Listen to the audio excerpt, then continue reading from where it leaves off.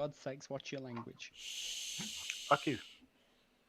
Good morning. I mean, evening. I don't know. We're live. You do the things.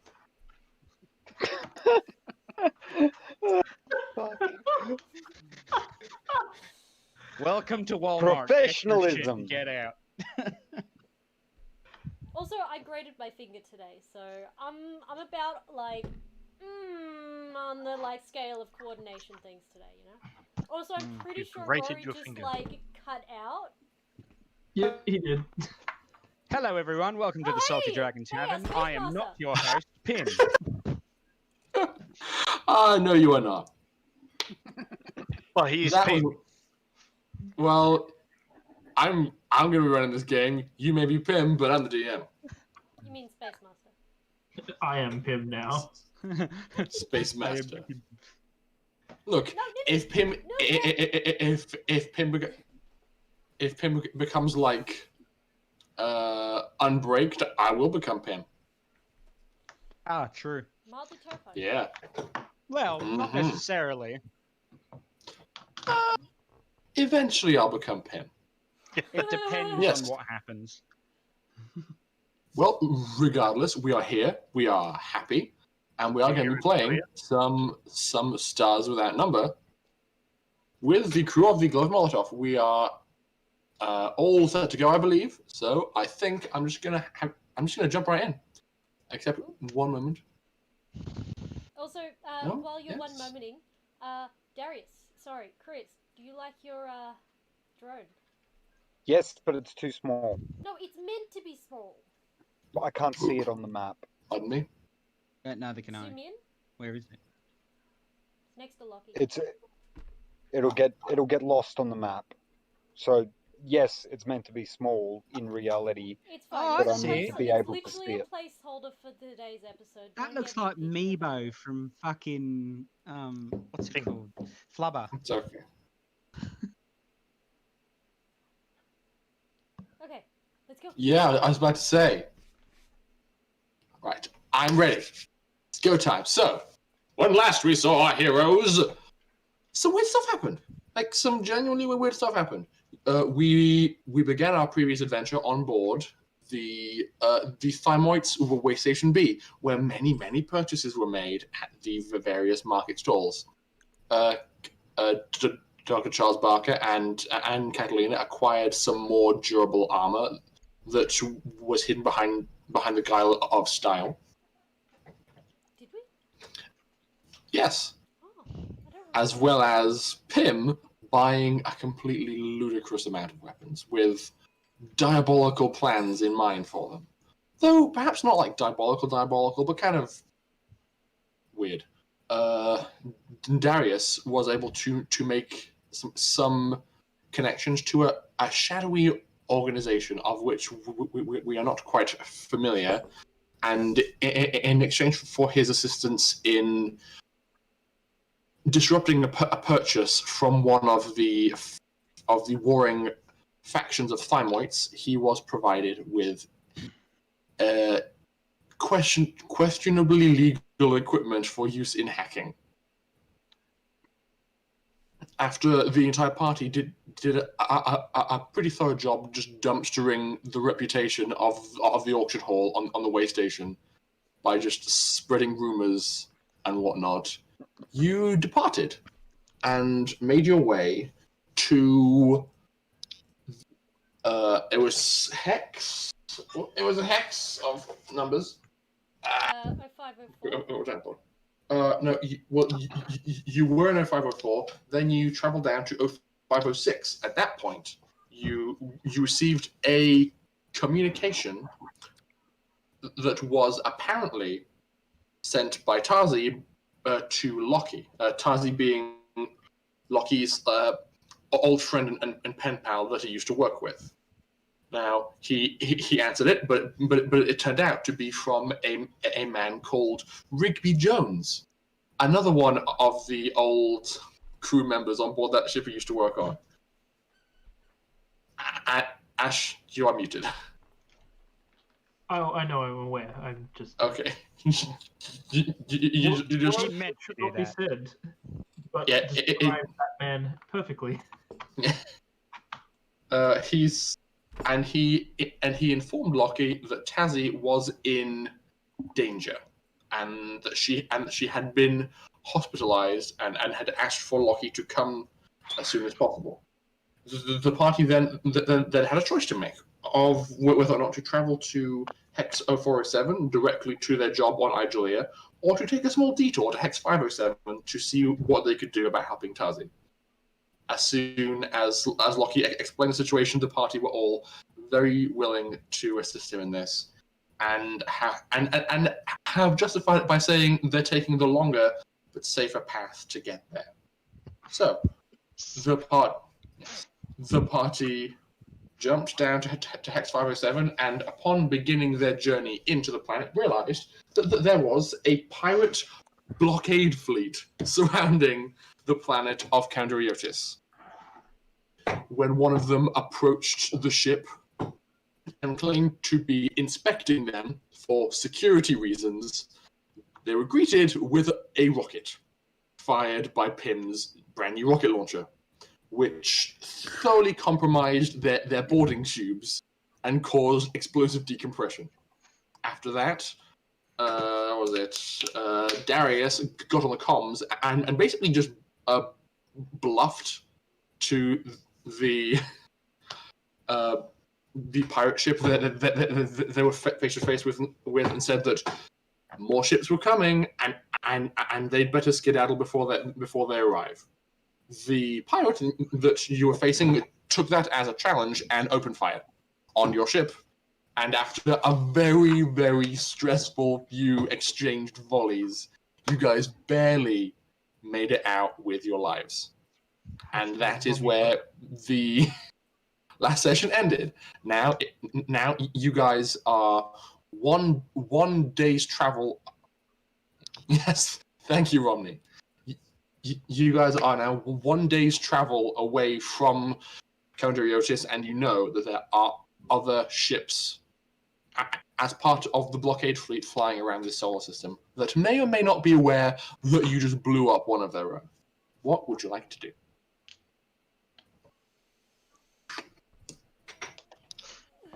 I would probably suggest that we go fast. Oh yes, I think that maybe it is a good idea that we land before we can't. Kim, can you do a bit of a diagnostic on the ship? Make sure nothing important has been damaged. Destroyed. I am currently inside the supercomputer doing a diagnostic. From what I can see, there is massive external damage to the hull plating of our ship, as well as other subpar systems. Oh, right. So something that can wait for a moment. Nothing we May can do I from say, inside. the hull integrity is not at its best at the right side of the ship. They copped a, as you would call, flogging. Very good, Pim. Alright. Well, if ship is okay, where to? Darius. Darius? Oh, yes, sorry. You're in another world there. A little bit. Can you open a secure channel to broadcast in this area? Probably. Give me We're looking to broadcast to a ship called the Suma Hayabusa. Wait, what? Why? Well, they're the ones who caught us here. I believe they might be in the area. Ah, They might be all able to right. help You us. give me the protocol tag. I'll give it a go. That's something you would know, yes. Yes. Awesome. Once he's texted it through, I'll just plug it in and start doing an encryption and sending it out. Just Okay. anyone there looking for I don't know. Who are we looking for? Ask for Jericho. Jericho. Yeah, give me Jericho. You send out this hail to the Hayabusa, not entirely sure what you'll hear back, but you do get a response pretty promptly. What comes through is the sound of a female voice with a Japanese accent. I'm not going to attempt it again because I'm going to ruin it. But I'll spin a little bit. The voice says, "Hello, yes. This is the Suyu Hayabusa. Jericho is not currently aboard. Who is this?" That's terribly unfortunate. I was asked to ask for Jericho.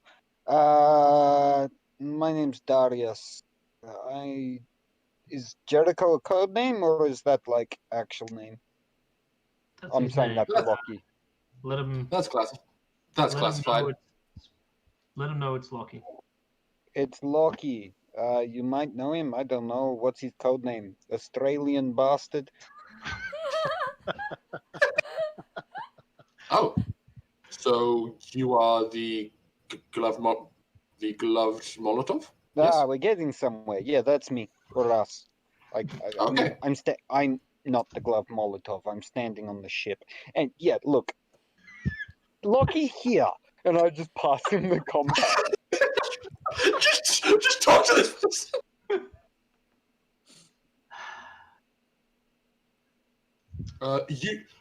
As you take the compad, you know this person. This is Hina Kikuchi. She is Captain Jericho's first mate. Hina, it's Locky. She doesn't like you. I know. Hina, it's Locky. Look. Oh, great. Look, I know it's not the best of times, but I came for Tazi. How's she doing? She's comatose. Is there anything we can assist with? I have a pretty damn good doctor on board. I believe that is why we made the call. Where are you? Are you on planet? No, not on planet. We got boarded by some pirates, and our ship's quite heavily damaged. Should we come to assist? Look to the others. Assist? Yeah, whatever. I don't Yes, give a if they shit. can. Yeah, if you Judging by can. the look of the ship, we should meet up with them on their way to us. Rendezvous, if it were. All right, we'll try and rendezvous. I'll get our pilot to send you some coordinates. Okay, I will call the crew. We should be able to take off within the hour. All right. She just hangs up. Yep. Okay, And sending coordinates to meet at the sun, maybe. just meet at the sun. Seems a bit counterproductive. Why not It's a straight line between us and them? so you guys jumped in around the edge of the solar system. You would have to go past the planet you're aiming towards to get to the sun. So you could just choose an arbitrary point in space. They're on a planet. Yes. Okay, then we meet in an arbitrary space somewhere near the planet. Okay. Locky, for context, this is probably one of the more pleasant conversations you have ever had with Hina. Which is concerning. I'm just going to turn to the others and just go, a heads up, things might get a bit awkward. Okay. Judging by the conversation, I'm not surprised. Do you need some alcohol to make it better? I'll never say no. Should I keep my mouth Me shut too. in their presence to make it less awkward? No, it's I left not on the best of terms. Is there any I have possibility of questions. getting any sort of medical record for your friend so I can study it before we actually get to the planet? I'm sure we can request that. I honestly don't know. I just realized I forgot to post the bingo. I see. Maybe at 3. Okay. So it seems like you guys are going to just make your way towards the planet, as was your intention originally.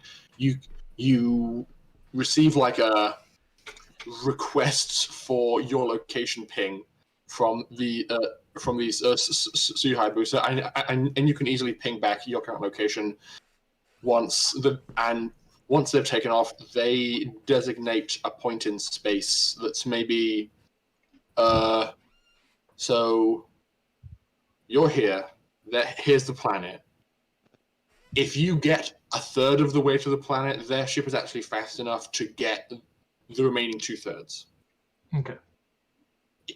Which means that the ship has a spike drive 2, which it does. Yeah. They're flying up.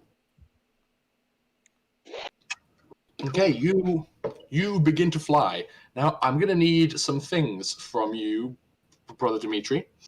First of all, are you attempting to evade the notice of the rest of this blockade fleet? How many ships are we talking? There has to be like at least 10 within immediate sensor range. Probably more in the rest of the solar system. Like it's this planet has its own defenses that protect the planet and its immediate area. But it's a big solar system that gets a decent amount of traffic. So basically, the blockade fleet is in a loose formation that's just intercepting any ships it sees coming and going. Good question. The problem is that we came here with no fuel. Yes. So we have to go to the sun at some point, or find some other way to get fuel. You can probably buy some on the planet. Buy some on the planet? So why don't we just go to the planet and land on it then? Okay. Why? Like, are you going to try and be sneaky, or push the engine harder than it's designed to? Like, is the plan to just go as fast as you can, just go half the level, or try and avoid their notice? I don't know. Maybe I should ask the crew. Do we want to be sneaky, or do we want to just, hammer and tongs? Can I pull up the diagnostics of the ship? It's fucked. There is no. Our standard engines, which would be harder, tuning them so that they lower noise, or tuning them so that they basically burn out but move quicker? Both probably equally viable strategies at this stage. A lot of the damage that you guys have taken has been to your hull, your defensive plating. Your landing gear especially is just knackered. If you guys do land on a planet, it's probably going to be at an angle. Look, I can probably do something with the engines. I don't know if you want me to make it quiet or make them loud and quick. But if we go loud and quick, I'm probably going to do more damage to them as well. I think we should take it cautiously. We don't want to risk taking extra damage. They've already said they will come meet us. It's Yeah. probably less risk to meet in space where we can be careful, do some little repairs maybe, so we can land safely. All right. Locky, your friend's ship, does it have weaponry? Yes. Could it provide some cover for us? Yeah, look, as much as I hate to admit it, guy's a prick, but he's a good pilot. That'll do. It All didn't right answer then. the question, but okay.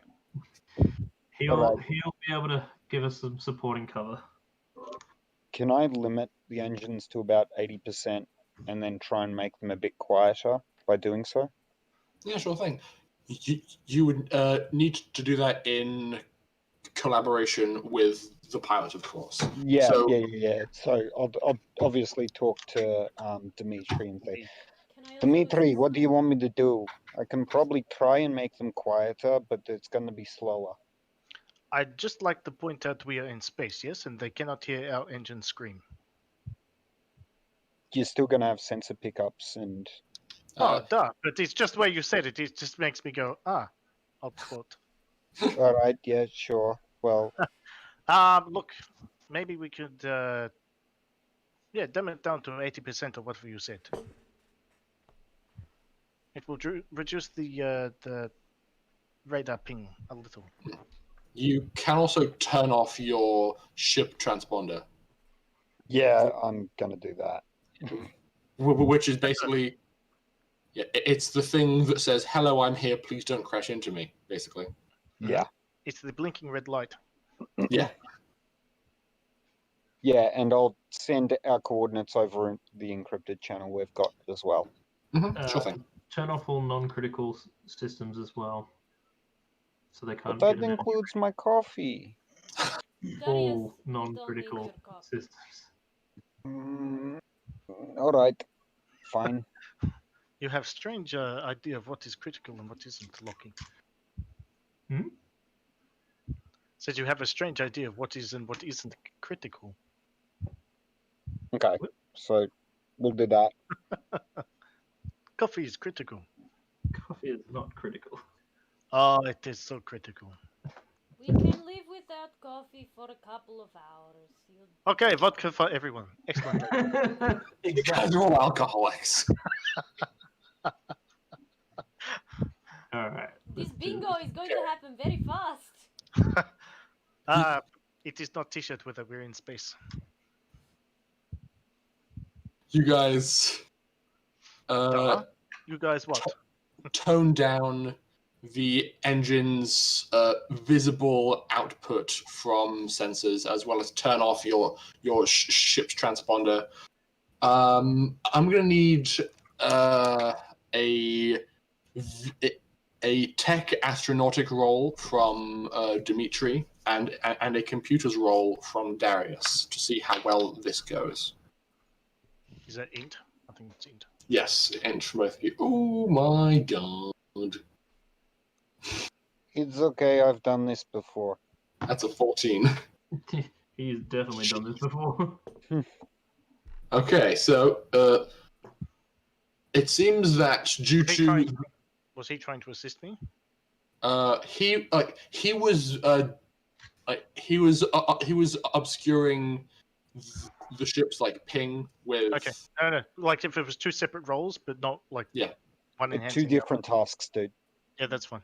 Yeah. So you do more than just turning off the ping. You set up a new ghost ping that makes the ship, from afar at least, look like a piece of space junk. It's just floating around and has random signals bouncing off it. You're not sure. You're not sure how long it'll last before it gets picked up, but it seems alright.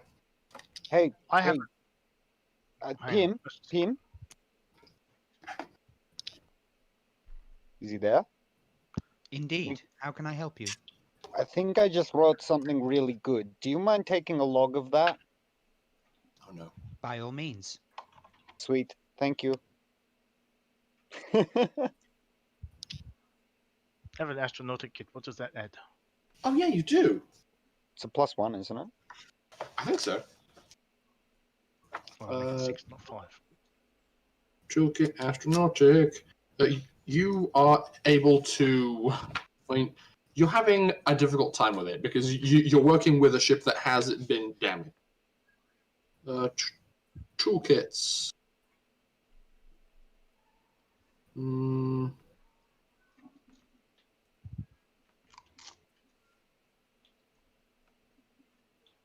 it's just the thing that you need to have attended this in the first place. Okay. Yes. Okay. The ship unfortunately has taken some damage, so the work that you were attempting to try and smooth out the emissions are more and more of a challenge than you were initially expecting. So you are unable to manage that as you are proceeding underway. But it's possible that the work done by Darius is going to be sufficient to have you guys fly under the radar. So as you guys proceed forwards, it feels a bit like a submarine because you are on silent running.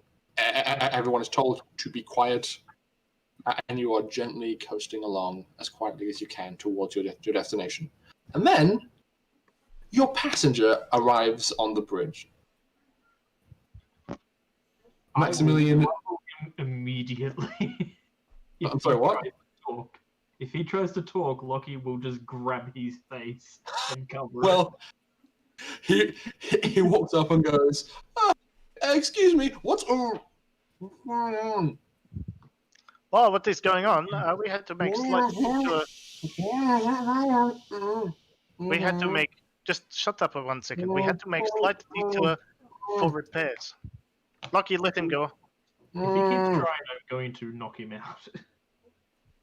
Like, sleep Looks like he's going red. Like, take your hand off his head. I believe we are going to fail this mission if we do not treat We are the trying passenger. to be quiet. We need to be silent right now. Okay. Sound waves don't travel through the vacuum of space, but I'll whisper just in case to humor you, big guy. So, could somebody please explain to me why it is that we were just in a battle? There is a coolant leak in my quarters. It's very cold there. Would you have preferred the pirates come and pillage you? Us We to had to- protect you, and there we were had to pirates. We Stop protected with you. this. Okay, whatever. 6 million explanations. We stopped in the system to get fuel, and pirates attacked Could you us. say that So again, now please? that is why you have a coolant leak. Stop Okay, whinging. You're close to the engine room, so it would be pretty warm anyway. Just deal. You've got the aircon for the moment. If it is a big problem for you, then you can hang out in the lounge with the coffee machine. I see. So we are on schedule? We are on schedule. We will have to Alright. make a small stop to repair the ship, but otherwise, yes. Are we on schedule? No, we're nowhere near on schedule. You're definitely lying to this guy. We may be a That's little okay. bit delayed. He says, "Alright, well, It's better to be safe than not arrive at all. You know? yes, Here is a slightly better way to put it. Space travel is not always safe. yes, that is exactly why we chose to contract with a third party. Look, You are Well, perhaps if you- more experienced than we are look, how about we Yeah. don't worry in about... this field. How about... The thing is, like, things still go wrong for us too sometimes, just less. Of course. Well, thank you for keeping me informed. Thank you for coming to the bridge today. I'll just be going now. Then Would you like some vodka? I shall abstain. Thank you. And he just kind of like awkwardly backs away.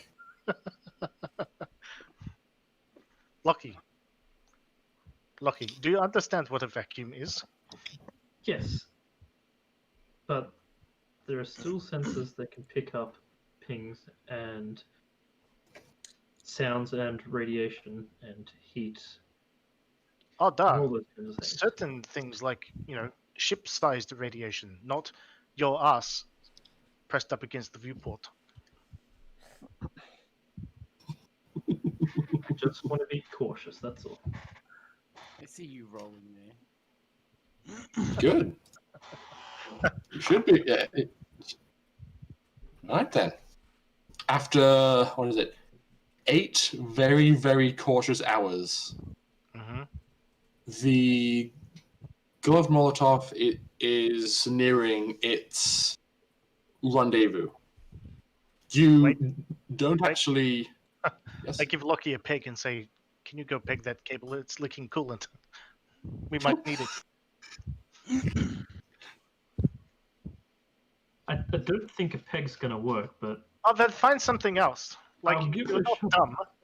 With Uh, my post-tech... Catalina, this is probably your field of I was gonna expertise. say, with my post-tech, would that be something I could help with?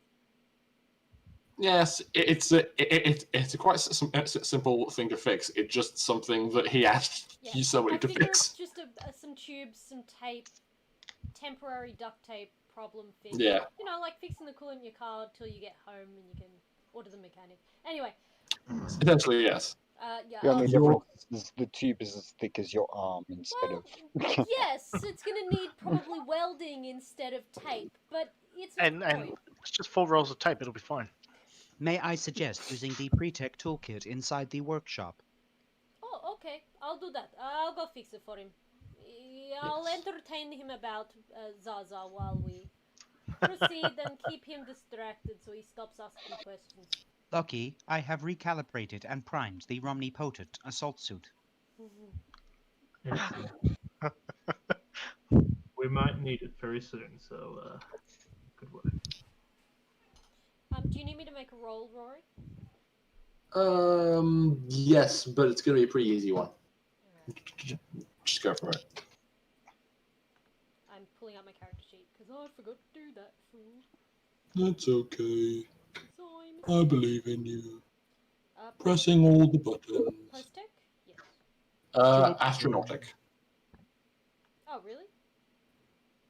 It's a ship. You're on a ship. Okay. You're fixing a ship. With intelligence? Yes, with intelligence. Can I assist her? Sure, if you want. Let me make my pose.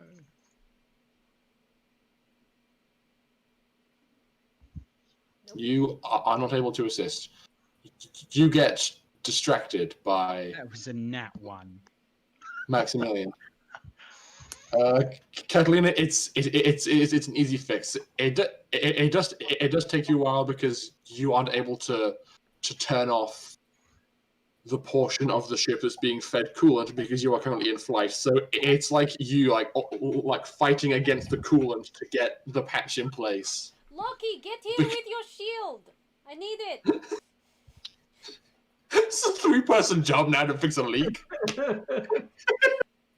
What? I don't like coolant in my face. It's annoying.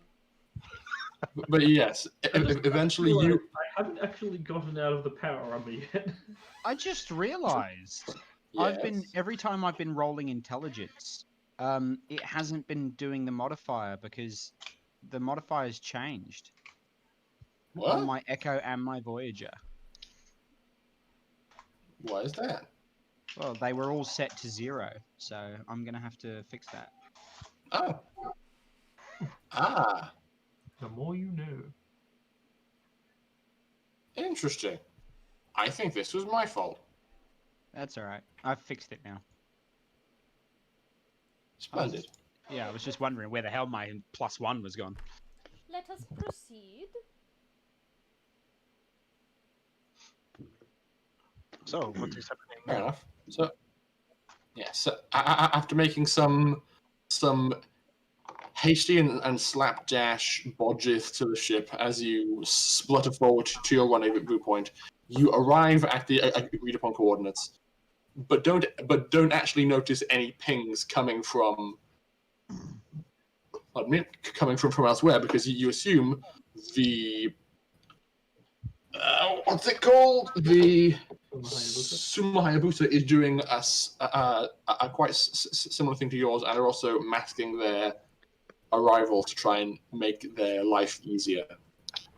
But after arriving here and waiting for a few minutes, you do get a ping from their ship, and it seems they are not far away at all. So they are attempting to open a comms channel to you guys. Hey, Darius, there's Yeah, a call for you. good morning. Hello. Hello. This is Captain Jericho. Jericho. Righto. Yeah, look, Locky's on board our ship. I was talking to a lovely Japanese lady earlier. Anyway, do you mind helping us get back to planet? That is why we're here. Now then, you sit tight. Keep on keep on being quiet, and we will do our best to escort you back. We have informed the planet security. They're going to be keeping an eye out for us upon our approach, and may dispatch their own ships if need be. So, just inform your pilot to be careful. Beautiful. Thank you. I just relay that to. Be careful. Of course, I'm Dimitri. always careful. I know. Just Okay. smile and wave. Now, as the ship reaches visual range for you guys, it's actually a very elegant looking craft. It's very like sleek and streamlined. It's smaller than your ship. It's kind of like somewhere in between a fighter and a frigate. So it's like even more bare bones and minimalistic than your ship, but has a certain grace and style to it all the same.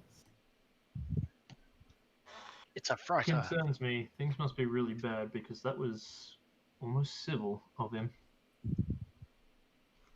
You seem Indeed it nice was. enough. It's he's- not the worst conversation I've ever had with another pilot. He's very much by the books. He follows the rules and he expects everyone else to do so. So naturally, Great, another douchebag. well, yeah, naturally we didn't get along all that well. Mm-hmm. Oh, why was that, Locky? Don't you like to follow the rules? Where I come from, there aren't really that many rules. I'm not used to that kind of thing. Ah, yes, that is quite familiar sound. You get a ping from their pilot, Darius. He is no, Darius, Dimitri. Their pilot is calling you directly, Dimitri. Sure. Hello, привет. Dude, all right. So here's the plan. We are gonna get you into a remora lock. All right. We A what? we are going to get you right up close under our ship, so you can occupy the same. Oh, okay. Yes.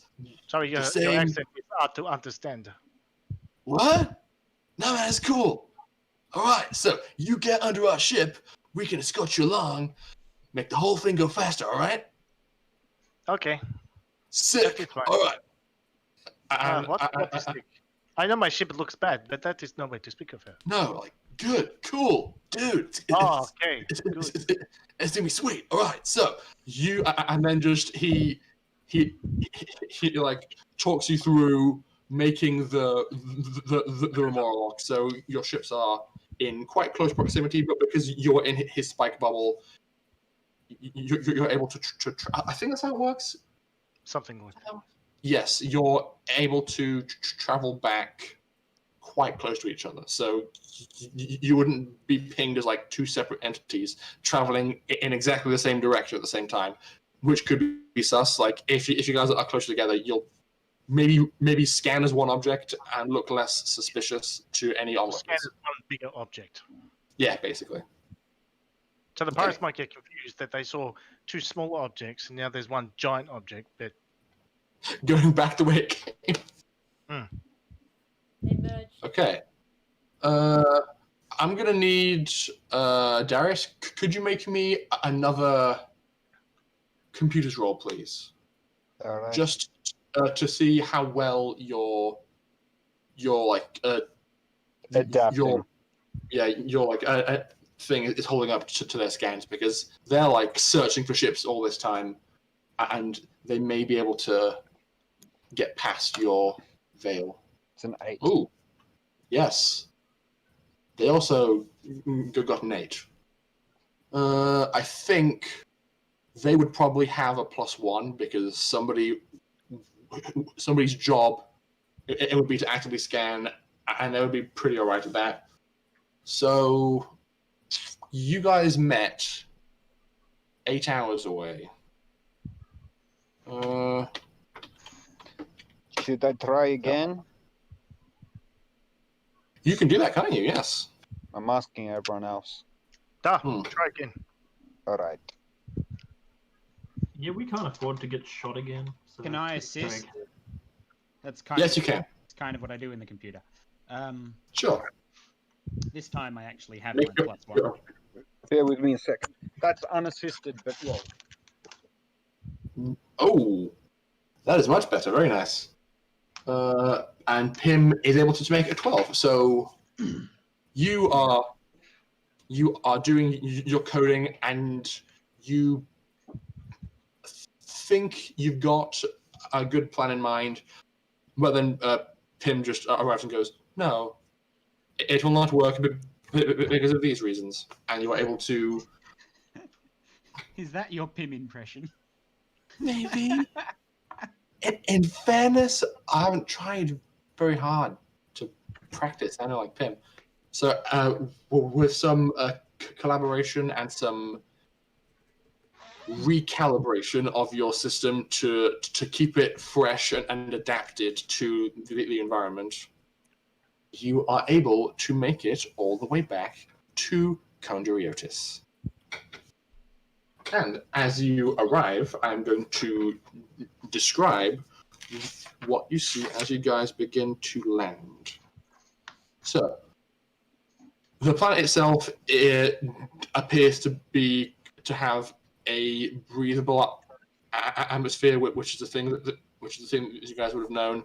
As you are making your descent, the planet's water has kind of like a pleasant teal color, as opposed to like the crisp blue. So it's possible that something in their atmosphere is creating that subtle change. And as you guys break through the cloud layer and follow the Suma down to their destination, you see what exactly happened to this planet.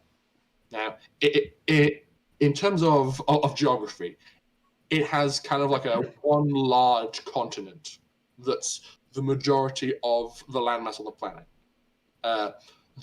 Like most of this planet is water, but has this one big continent. However, like somewhere near the center of that continent is a large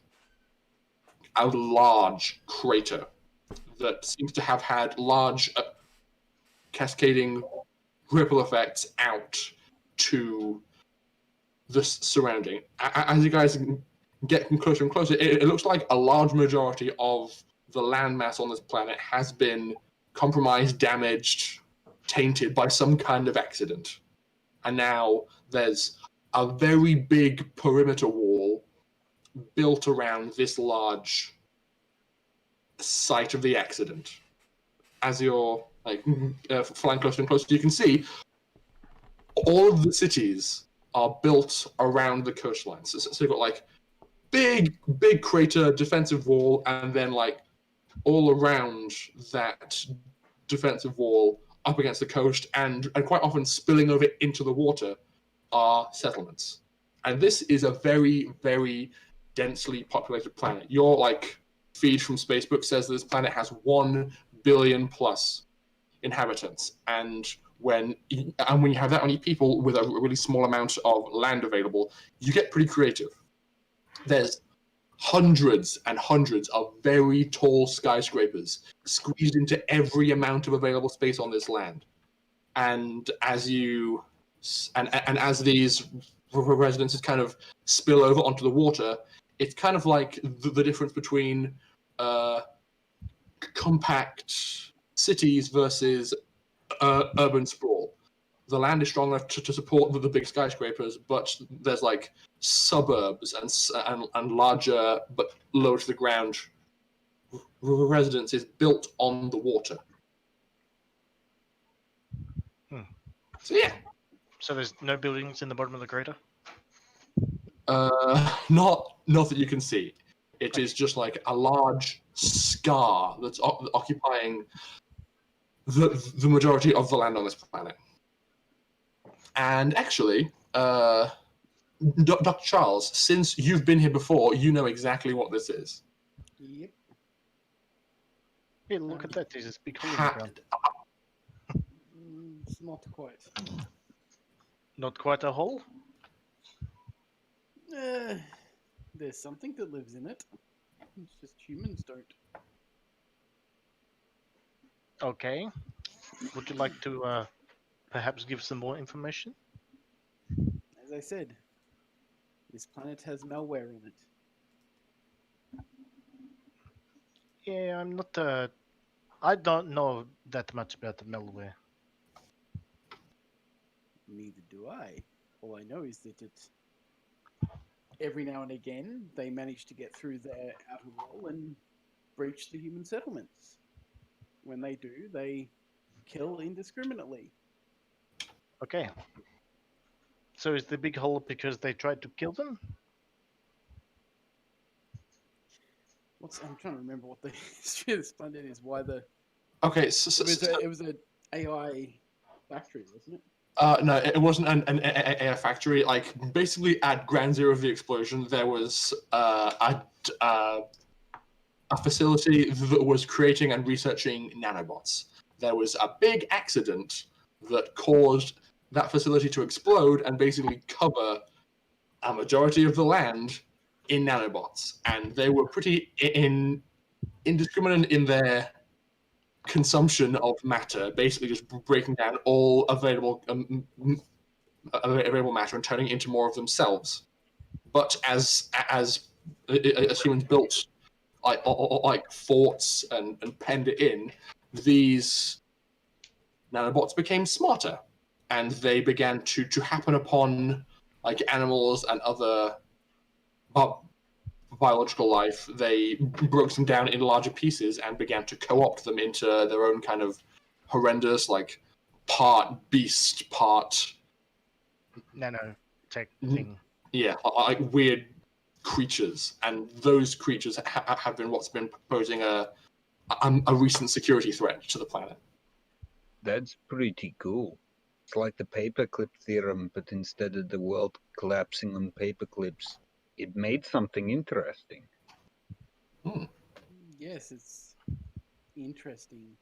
You just don't want to be on the Front of receiving it. side of it. Yeah, probably. Very, very true. Right. After some extremely good rolls on the part of Darius, you guys made it down to the planet. Sorry, I'm just scrolling through trying to find some good music. I choose you, Dome City Center. Okay. Yeah. That'll work. Okay, you guys are able to touch down on the planet. The landing zone that you guys have available to you is one of many platforms that are suspended or floating on the surface of the ocean. Because, as I said, most of the land mass is preserved for tight and condensed urban housing. The amount of space that you need to land a ship has necessitated them doing it on the ocean. So it's kind of like a lot of small lily pads just sitting on the ocean, free to land on, that are kind of connected by like floating bridges that link to a street. It is also handy for the like a good way to get rid of the exhaust.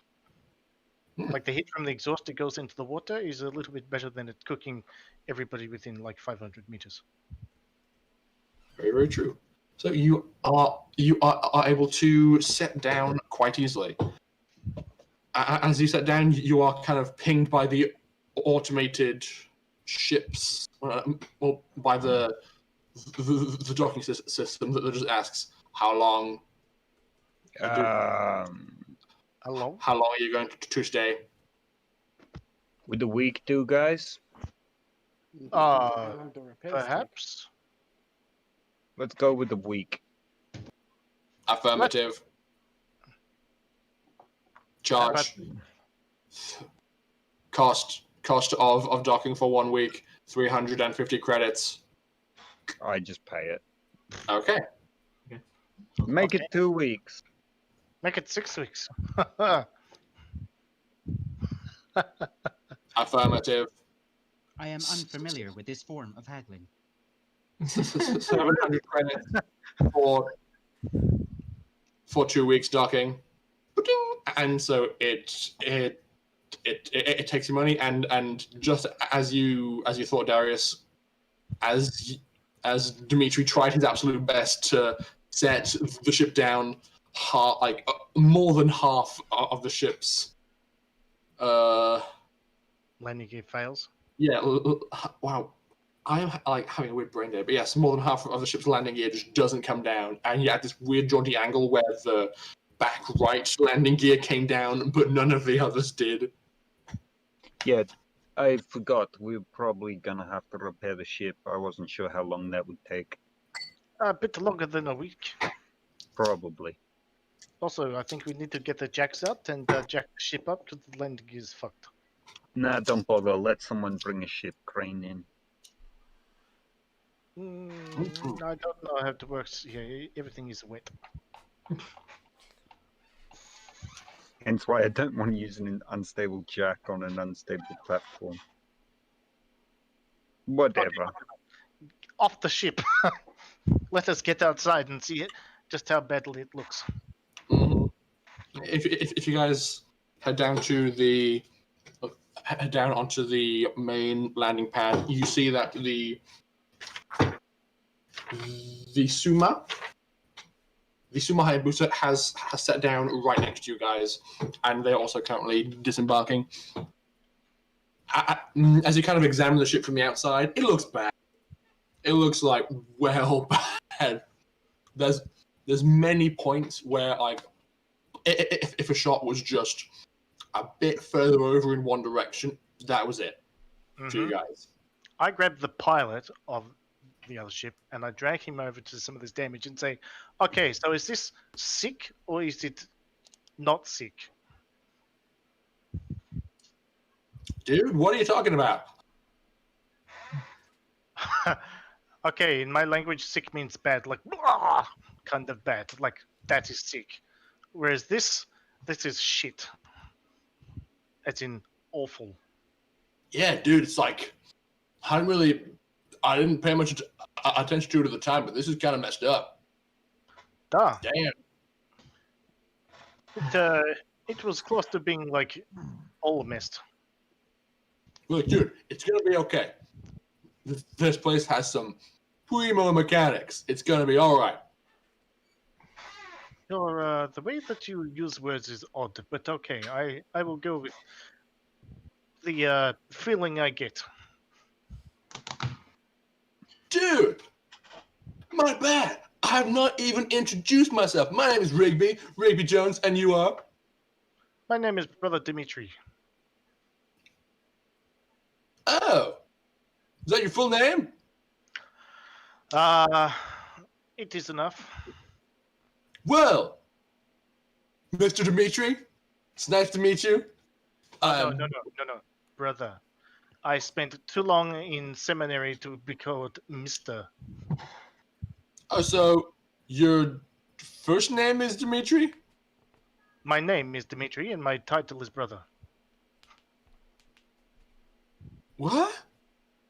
You are so totally ruining his fad, bro. What? Looks very confused. Rigby, enough of the pleasantries. Where is she? Lucky! Oh my god, dude, it's so good to see you! My man, no hard feelings, right? I take it By the I way, am to keep the pistol Locky is stowed. in the Romnipotent at the moment. Okay.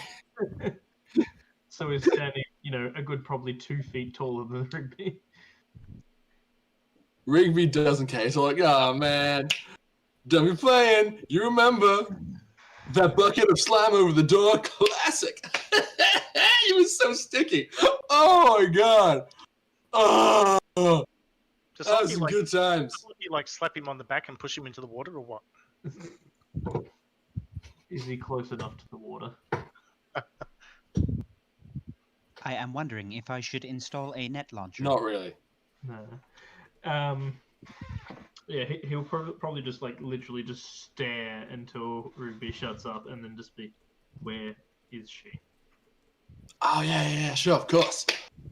You are on a, you are a lot more serious now than the last time, right? Well, last I heard, she was about to be transported to a private facility. If you want, we can have that right now, right? Doctor, Jericho, are you good to go? Yeah. Give me a moment.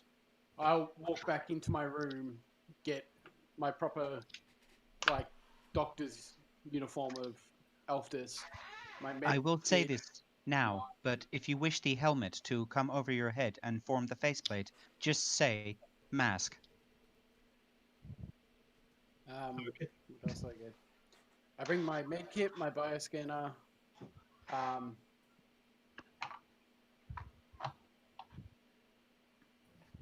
You'll bring all what your else is there? tools. Yeah, I'll bring basically everything I need to Yeah, all the toys. do what I need to do. Okay. Yeah. So, are people going out in like? Are you guys carrying your weapons? Have you got like, pardon me? Have you got armor on, things like that, or is it just like more cash? Cash for me How- is like my robe with my gun and my sword. That's Yeah, cash. sure. I will say that the combat shotgun and the sniper rifle is currently stowed in the encumbrance of the assault suit. Sure thing. How open is this place at the moment? Like, I know we're out on the water at the moment, so it's fairly open land, or well, not land, but open space. Open space above you, it's all right. This kind of area is also pretty open, but as you kind of look out, you're about half a kilometer away from land, and as you look in, the height of the buildings just like scales up the nearer you get to land. So the further in you travel, the tighter it's going to get. Probably not a good idea to take the assault suit then. Okay. I'll take the drones and a laser rifle for myself. I am still repairing the Nemesis. Should I perhaps change into my Echo or Voyager? Yes, definitely. Very well. Actually, sorry. This time I will take the Voyager out for a spin. Okay. Yes, Darius? I'm pretty sure there's something that they'll be able to find on this planet. I'm gonna go look for cuttlefish. A couple. Cuttlefish. Water drone. Okay, the water drone. That's a thing that exists. Yep. And for sure, it's the thing that exists on this planet. Yeah, I'm probably just going to take my pistol and my monoblade with me. I won't take my rifle. Okay, sure thing. Yeah, same with Catalina. Fair enough.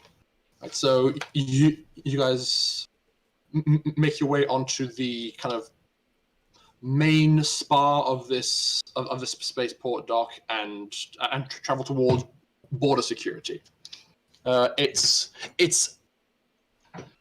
a lot more relaxed for going in than coming out. For you guys going in, it's a simple like full body scan. You're allowed to keep your armor and weapons on you and things like that, but they are probably checking for illicit smuggling or other substances. For people who are traveling out, it's a whole thing. Like, there's a pretty decent queue of people standing up, and as you guys are making your way through, you can see that there is a person who is kind of who is in the middle of being scanned, and then lots of loud red lights began to flash, and he gets aggressively seized by the border forces, gets immediately stun gunned, has some kind of like big chunky collar snapped around his neck, and he is hauled off. Nanobot check. Looking at that, I think Locky's just going to like look at Catalina and go, should have brought the big guns. I somehow don't think that it would have helped. But it would definitely make me feel better. Is this I'm something gonna- I've seen here last time? Yes. I'm gonna turn myself into a third-person game. So the drone's gonna be like half a foot behind my head, observation suite looking for nanobots only, and that's how I'm gonna operate through this entire city. Interesting. So you have UV and infrared. Have you had? Yep. Also chemical, electrical, and radioactive. Ah, okay. And it's going to go ping, ping, ping, ping, ping all the time. Yeah, it's fine. It just means that I've got another type of vision. Yeah. So I assume as you're walking along, you are just like constantly cycling through the different fields of vision to looking for I can imagine abnormalities. he's going like this all the time because he's looking at all the things. No? Yeah. I think Not really. It would be like it would just be that if you turn on the hot tap, it looks a different color to turning on a cold tap. So you can just ignore it. It's not something that you have to Oh, for focus on. television, sure. I'd like to Unlike say if it's- now, if it's- just in case it's not brought up later, but right now, Pim in his Voyager is actively scanning the entire area as he looks around. okay. Fair enough. Well, as you guys are doing all this scanning, nothing immediately registers as unusual. But if you like, you guys can make some perception checks. I would specifically like to look at that guy who got arrested. That guy? Yeah, sure thing. You know what? I think if you are, you know what, just roll perception for now. Can I? Is it? Yes. I'm just trying to think. I'll talk to Jericho and ask about mechanics or ship repairs. Oh, sure. Oh, yeah. Charles, you don't notice anything unusual. More abnormal than last time I was here. Yeah, it seems about the same. Darius, as you're scanning, if you're scanning that guy actively, you're kind of like scanning through the various feeds. When you get to electrical, you notice small scale but definite excessive electrical activity was recently present in this man's system. Right. But, yeah. Okay, guys. So it is. It's a nanobot check. I wouldn't worry unless we come into contact with that shit. I'm just gonna leave it on the electrical channel then, and walk around with that active. Okay, sure thing. Yes. Once you guys have made it through border security and the rest of the crew of these Sumo Hayabusa are also clear, I will describe them just a little bit. So you've got Captain Jericho, who is kind of a more a middle-aged Japanese man. He's dressed very crisp and clean, like super by the book for a person serving in some kind of military. They're all, to like a certain extent, wearing a kind of like Japanese-esque paramilitary uniform. That, I mean, does anyone here speak Japanese? Yes. Oh wait, no, you mean like in the game? Oh, never mind. Yeah, in the game. That's what I thought. I was like, oh, yeah, I speak a little. Oh wait, never mind. No, in the game. Okay, well then, you see that on their main name badge, it says something in Japanese, and then under that, it just says the word Bayers as the main identifier.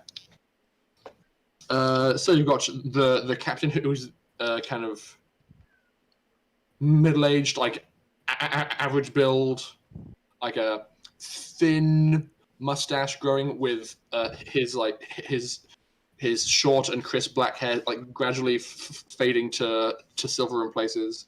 Then immediately at his right is his first mate, the Lieutenant Hina Kikuchi, who is just like basically she's She's as at attention as a person can be while still walking around. She's even more serious than Captain Jericho, and is kind of regarding the whole like planet and the experience as with a bit of like haughty derision. Then you've got Rigby, who is like polar opposite to the seriousness of these guys. He is like tanned, like really long blonde hair, no maintenance or decorum on his appearance, looking very relaxed. And behind and behind those two, there are two other guys who I'm just going to refer to as Skinny and Brick. And that's all you guys really need to know about them, because one guy is skinny and one guy is just a brick. So it's Locky's brother. Kind of. So yeah, that is them. If you are going to be having a chat with Jericho, he kind of says, "Oh, so what are you, mechanics?" No, I need like assistance with fixing my ship. Like, I do not speak your native language, and I would like some assistance if possible. Look, I don't speak much Mandarin either, man. I'd say if you were going to find a mechanic, you can probably find one right around the docks. So, right here. Okay, so I should, is there someone on this planet that you recommend, or have you not really spent much time here? No. Okay. One moment. Tapping into the local area map. Oh, Yes, so since you guys have made it clear of the whole border security thing, there's various stalls and setups that are the fronts of different mechanical shops. You can find one pretty easily to do the repairs that you need, and to get fuel as well. Awesome. Is there somebody you were? Is there a specific kind of mechanic you were looking for, or just will any mechanic do? With the amount of damage to our ship, any mechanic would do at the moment. Fair enough. Need Well, to get then- assessment done. Need to make sure that fuel tank is not leaky before we fill it up again. Mhm. All kinds of things. You can find someone and have this conversation with them. I believe the cost for repairs is going to be 14,000 credits and 100 credits per jump's worth of fuel. So it's going to be 14,300 credits for the whole job. I can afford this. Okay, excellent. As you're having this conversation, Hina has made her way towards the curb or the water, and has kind of hailed like a large, I think she'd hailed two grab taxis that have pulled up, and she says, "These will take us to Tazi."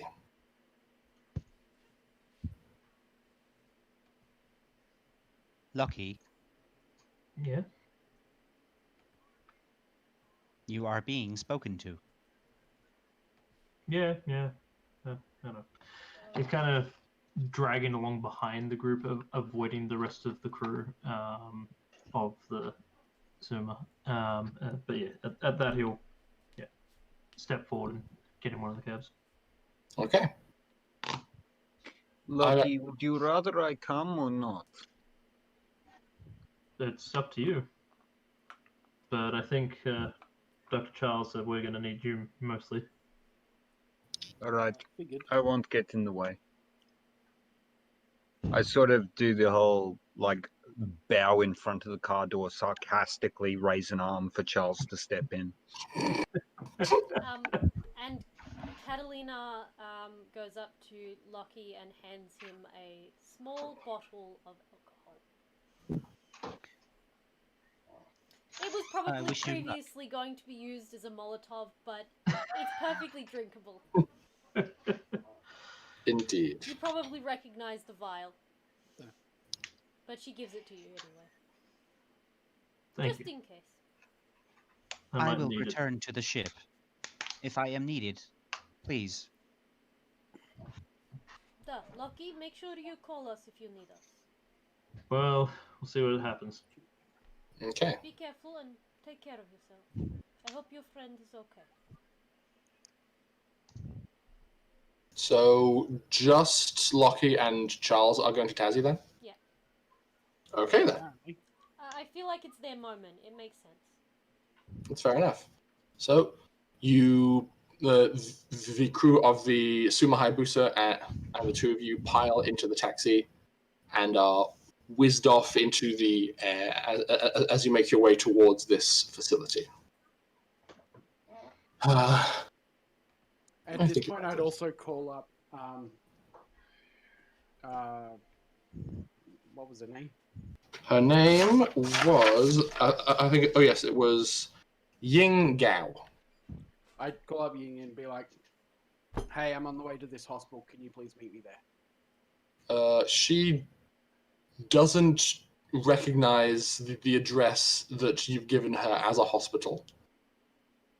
It is, if she says, I've never worked there before, or It is where one of my patients are. You will get paid. Can you please come? I need your help. I'll do my best. You're the only one here that I trust. Fidget. She says, all right, I'll be along as soon as I can. Thank you. Goodbye. Okay, and What as does you guys she mean are, by It's not a hospital. No. Pardon? What does she mean by it's not a hospital? I don't know. We're going to find out when we get there. Kind of turn to the others, looking like, what does she mean it's not a hospital?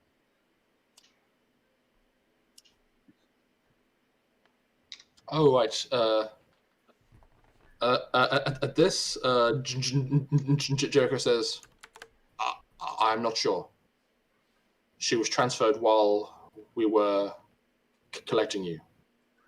We haven't been there yet either.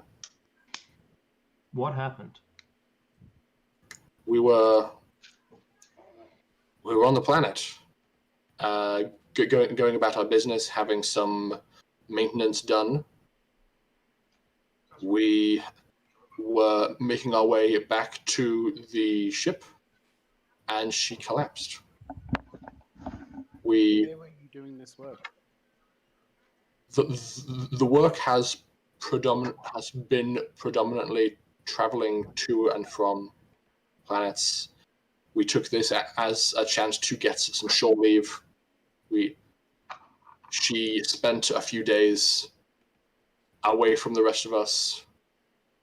We all split up as part of our time on this planet. And as I said, when she returned, she was not well. Would I know that he's probably omitting certain details, like they're possibly here on a mission?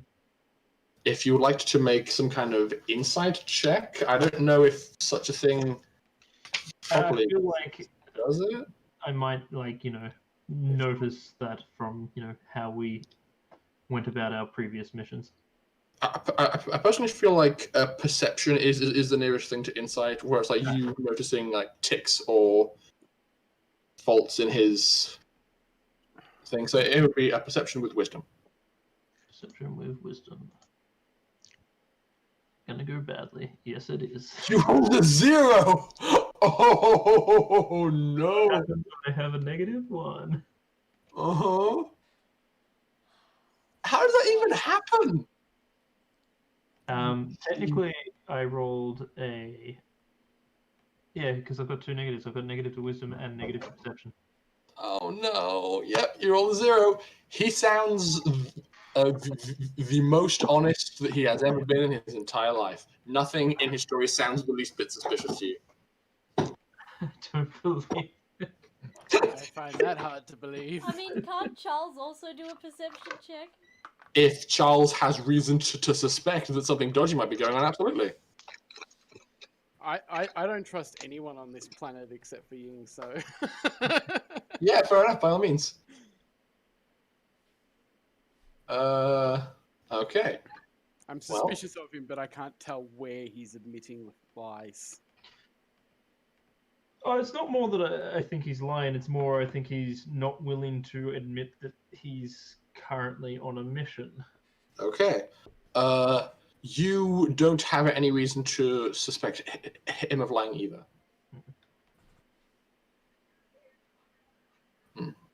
So he kind of he keeps on speaking and says, when we took her to the hospital, she was diagnosed with some kind of mysterious affliction. I'm not sure. The medical report?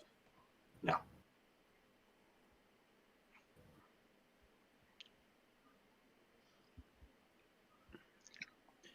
What hospital was she originally put at? She was put at. I don't have a good name. I want to have a good name.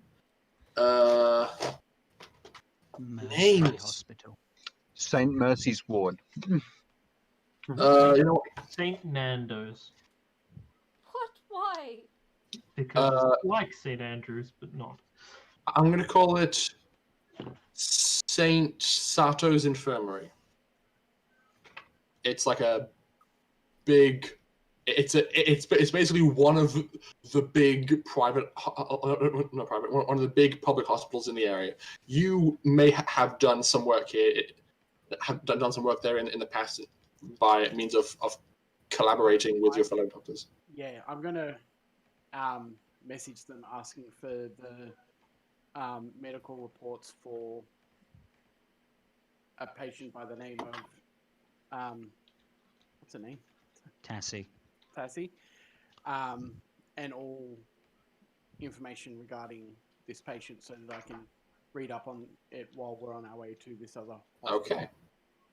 I would call that a tech medical role with charisma, because it's you using your understanding of the medical profession to get something you want. That's an interesting role. Yeah, no. No. They are currently withholding that information under the doctor patient privilege. And since you're you've just arrived out of nowhere and aren't assigned to her case or anything, they don't have a reason to disclose the information.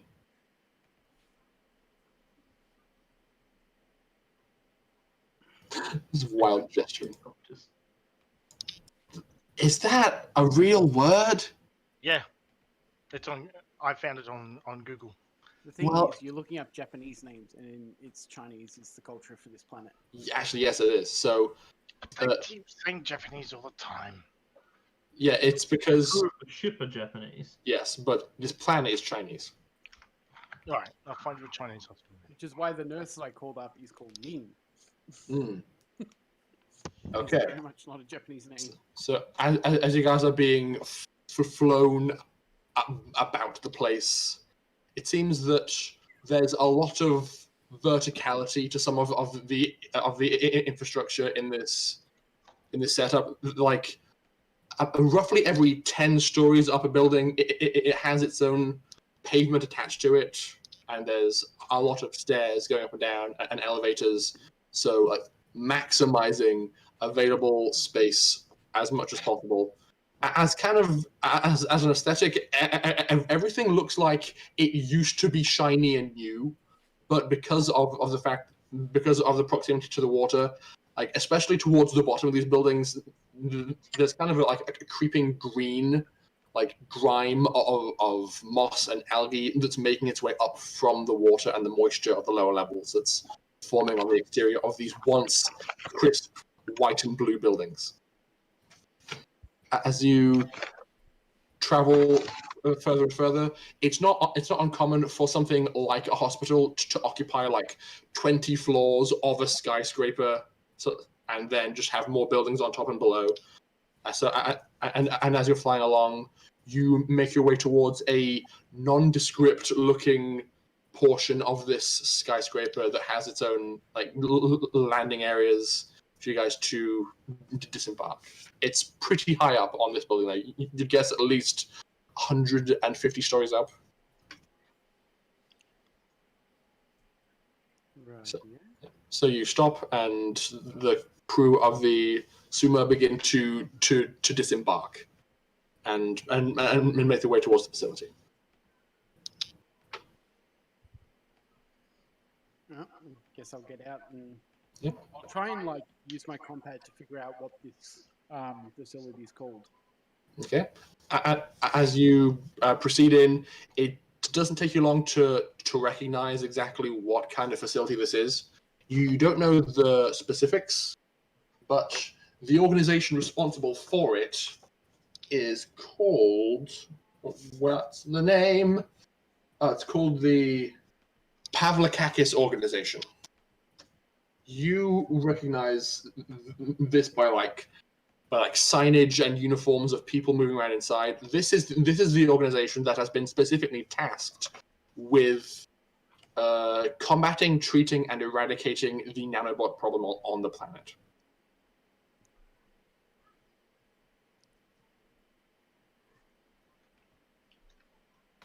Okay. Your friend isn't telling us something. Yeah, I figured as much. You make your way inside. Since it is a government facility, you are expected to not carry in weapons, even small arms, when you're in there. So there's a wall of personal lockboxes where you could basically put your gun in a drawer, close it, and take out a chip to collect it later. So if you guys can do that, they will be happy. I'll do that.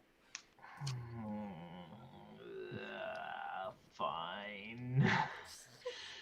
It's a government facility, you guys. Locky don't give no shit about the establishment. Yeah, but you can't see Tazi without doing this. Exactly.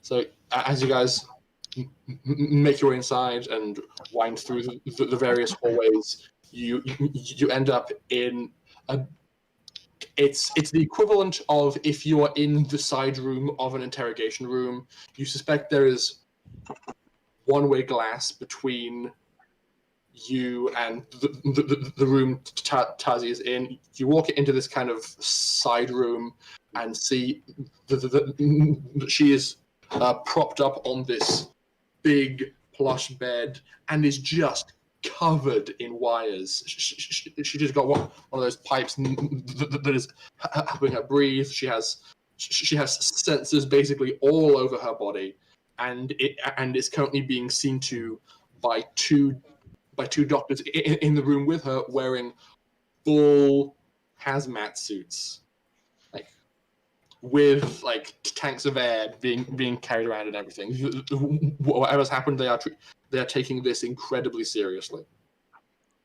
I'm basically going to turn to the captain of the other ship and just be like, "So, where the fuck have you been?" And with that, I think we're going to go for a break. Because that's a very good cinematic moment of just walk in, go. Yeah, just walk in, go, oh my god, what the hell? Oh my god, what the hell? And then just cut to break. Alright, well, peace out, guys. We'll be Yep, back we will in be about back. 15. Yep. Okay, see you in a bit.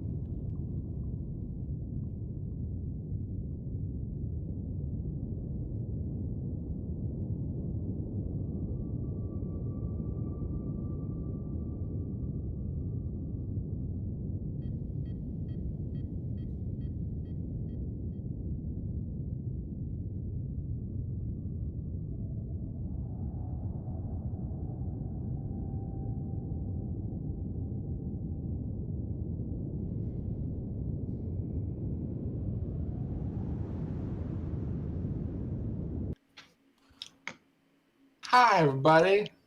We are jumping right back into some nonsense.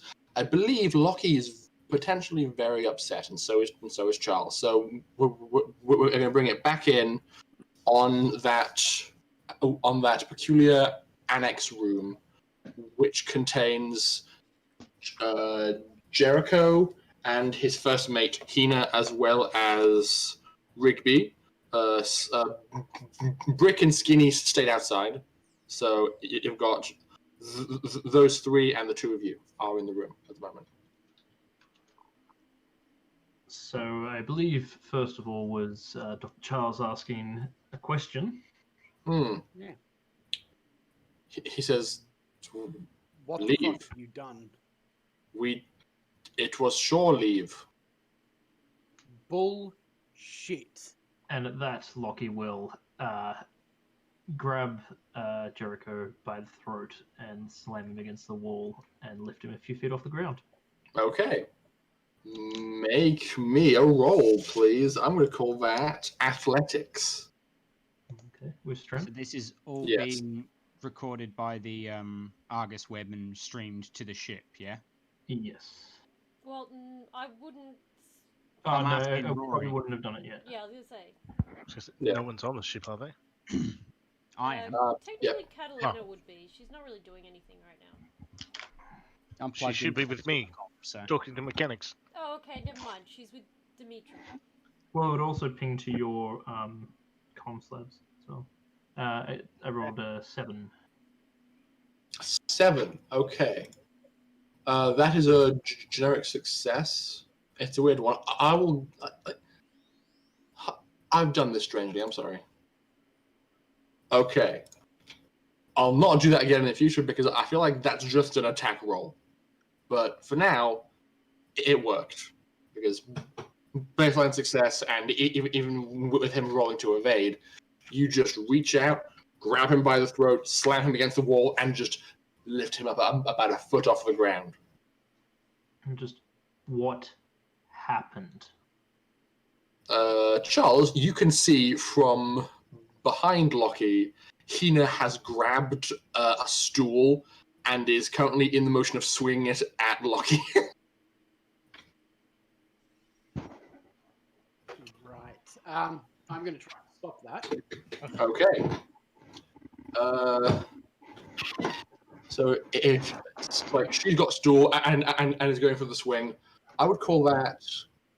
Yeah, that would be Initiative? athletics with strength as well. Yep, this is not going to end well for me. It's not going to end well for me. I'm the one getting hit by it. It's just a stool. Oh! Fucking Hey! You just trip her. We'll see how well she did in comparison. Okay, you are able to like see it coming, catch the stool mid swing, and just like brace and take away all of the momentum. And as that happens, while Jericho can't vocalize as well as he would like, he kind of makes This eye comes out. contact with Hina, and is just like, and she kind of just like puts the stool down, and he says, "I'm telling the truth. This was shore leave, nothing more. We haven't gone into the exclusion zone." Then how was she infected with nanites? I'm going to roll a perception to see if I believe him. Okay. Well, that's 2 in a row you've rolled 0 on, because I remember last session you did 0 as Well, I didn't roll much better. Oh boy. I am not perceptive. As far as you can tell, he is still telling the truth. I'm going to say. This is I- being I- streamed I to don't- us. I don't trust him at all, obviously. Wow, Okay. you're a lot better that time. Yeah, very nice. Right. He is telling the truth. They have not been into the exclusion zone. They have not, but did she get sent? What?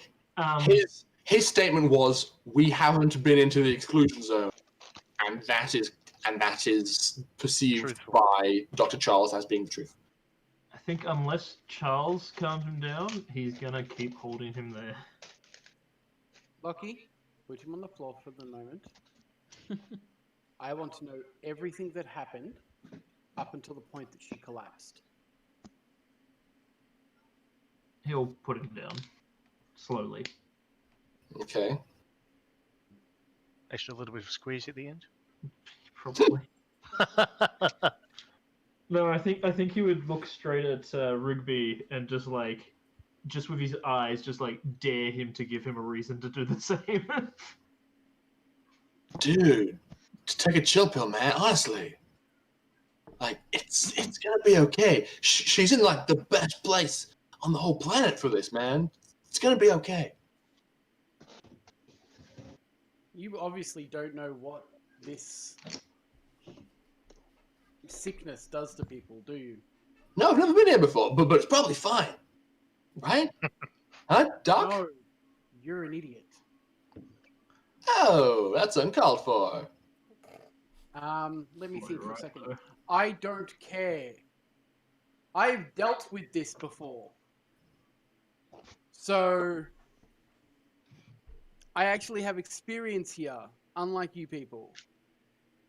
And I know that the situation that she's currently in is not good. Hmm. And she's going to be lucky to survive.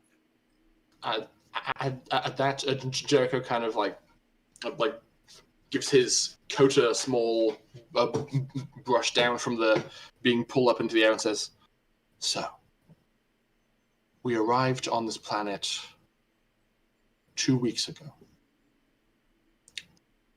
We had just completed a scouting run of a nearby asteroid field and its adjacent lunar entity. We were granted shore leave by command. We took it. This is nothing new. Locky would know this. On planets which are peaceful, sometimes we will take the time to explore them and to learn of their culture. We did that.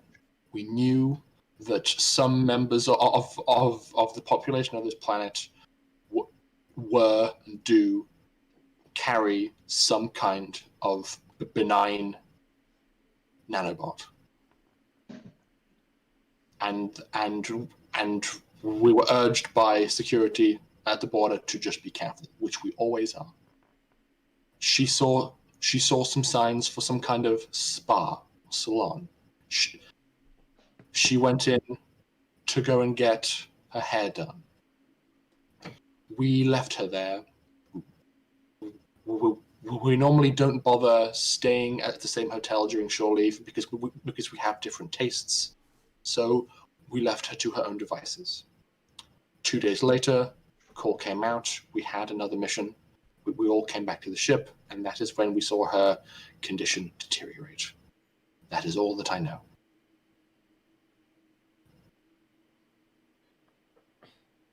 You have her compad.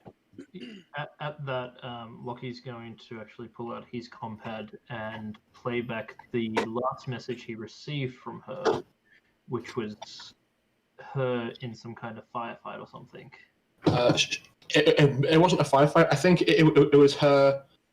It was the sound of her running and hiding. Yeah, and saying, "Don't come to this place; it's dangerous." Okay, so you play that back, and there's kind of a somber look from a few of the people in the room, and they say yes. Her condition did deteriorate, physically and mentally. She began perceiving threats that weren't there. She thought bad things were happening. She must have thought of you as a friend, felt the need to warn you. Do I know if that's a symptom of the nanite infection? Symptoms can be varied. It has happened before, but it's not something that you've personally had to deal with. Like, because you're more physical. If that was a symptom, a psychologist or psychiatrist might get involved.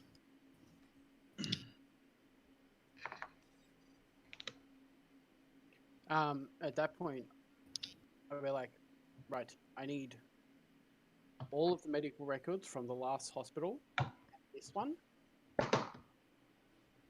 and I want to, like, if I get them, I want to, like, put them into the, well, all the different things I was running to see if I could fix Darius. Yes. See if that will play into this in any way. So you're going to try and feed this data back to the ship, to the ship's onboard supercomputer to try and use it to speed up the process. Yeah. Okay, sure thing. If you upon requesting the records, Hina goes over to a wall panel and presses a call button, and after not much time, in walks two individuals. One is a tall, slender man in classic shirt, tie, and white lab coat. I actually didn't name this guy, so heck, got distracted again. Here we go. We're at the naming section time. Those people playing bingo at home, I'm rolling up a character. Well, I Daniel haven't put the bingo up yet. I'll do Okay. it next week. Daniel Hazelic. This guy's Chinese. Daniel Hazelic.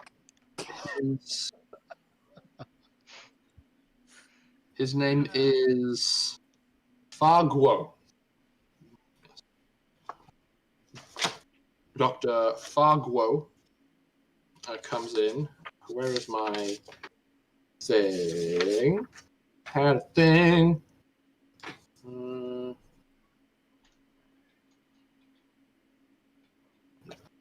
Fa Guo comes in, and he's accompanied by somebody else.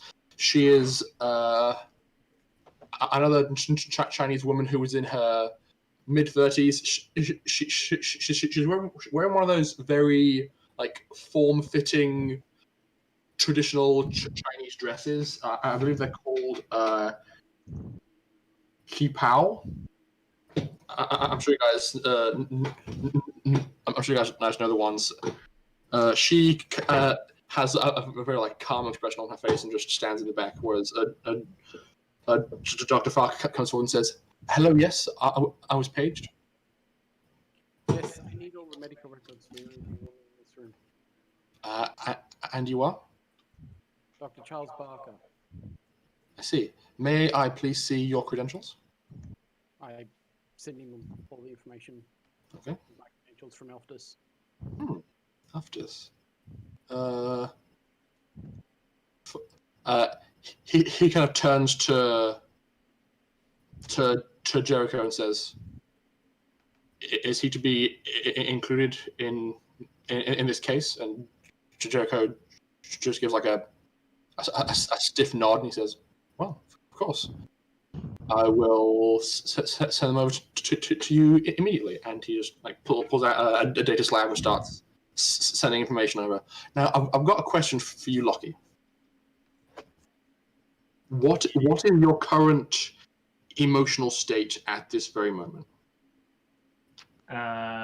Stress, more stress, and panic. Okay. And anger. Yeah, he's a bit angry that, and blames himself because he left the ship, and he blames himself now that this has happened. Angry that the others weren't able to stop it from happening and shouldn't have done something so dumb and rash. And he still thinks that there's something that's not being said. Okay. Dr. Charles, what is your current emotional state? Probably stress and worry more than anything. Okay. Because I know that Locky and this girl were close, so I'm just like, I'm not sure if I can fix this with my current knowledge level, but I've been working on something that might be able to help it, so Okay, thank you very much. As you begin receiving this information and kind of pinging it forward to the ship, Pim, you would probably become more aware of the situation as all this information becomes streaming in. From what you can see at your initial examination of these files, it seems as though there is a slow acting but very persistent kind of nanobot strain currently active in her. They don't know how long it's going to take to do its thing, but basically what it's doing right now is just floating around her body, randomly creating tumors. Oh, okay. These- Have they scanned the nanobots and pinged that over? Scans from the nanobots, I think they would have that kind of information as well. It seems from their records they have a psychic on hand who is currently treating the cancers as they arise, but they can't do more than that, and they know that eventually she will just not be able to take any more system strain from this psychic healing, and then things are going to start really deteriorating. Okay, this is going to come across as weird, but I'm going to hack into Charles Barker's compad. Okay. Interesting. Well, by all means, please make me a computer's roll with intelligence.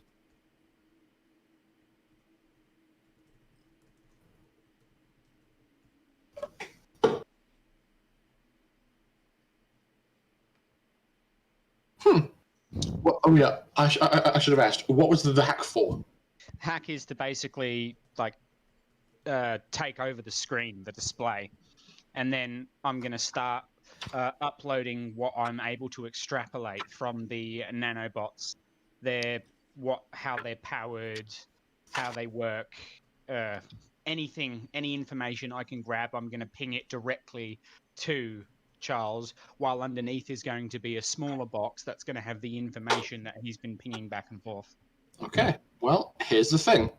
That is entirely successful because there is a modifier on hacking, which is ordinary personal system, and since you're just hacking compad, that gives a -1 to the DC of 10, which means that you just make it.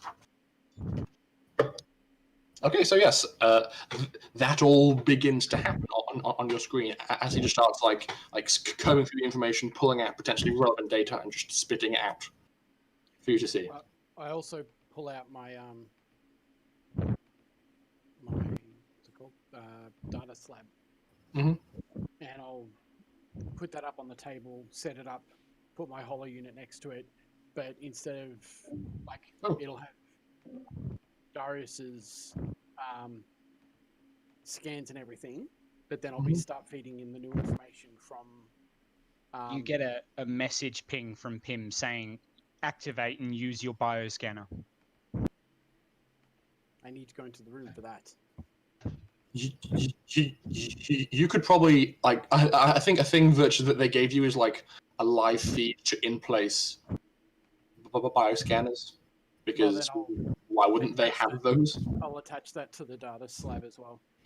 Yeah. And so you've got this like big curved around holo display that has all these test results, her current active vital signs, and I feel like there must be some kind of metric for system strain in a perceivable medical way. So that is also visible on your screen. She's I'd say mechanically she currently has like 6 points of system strain.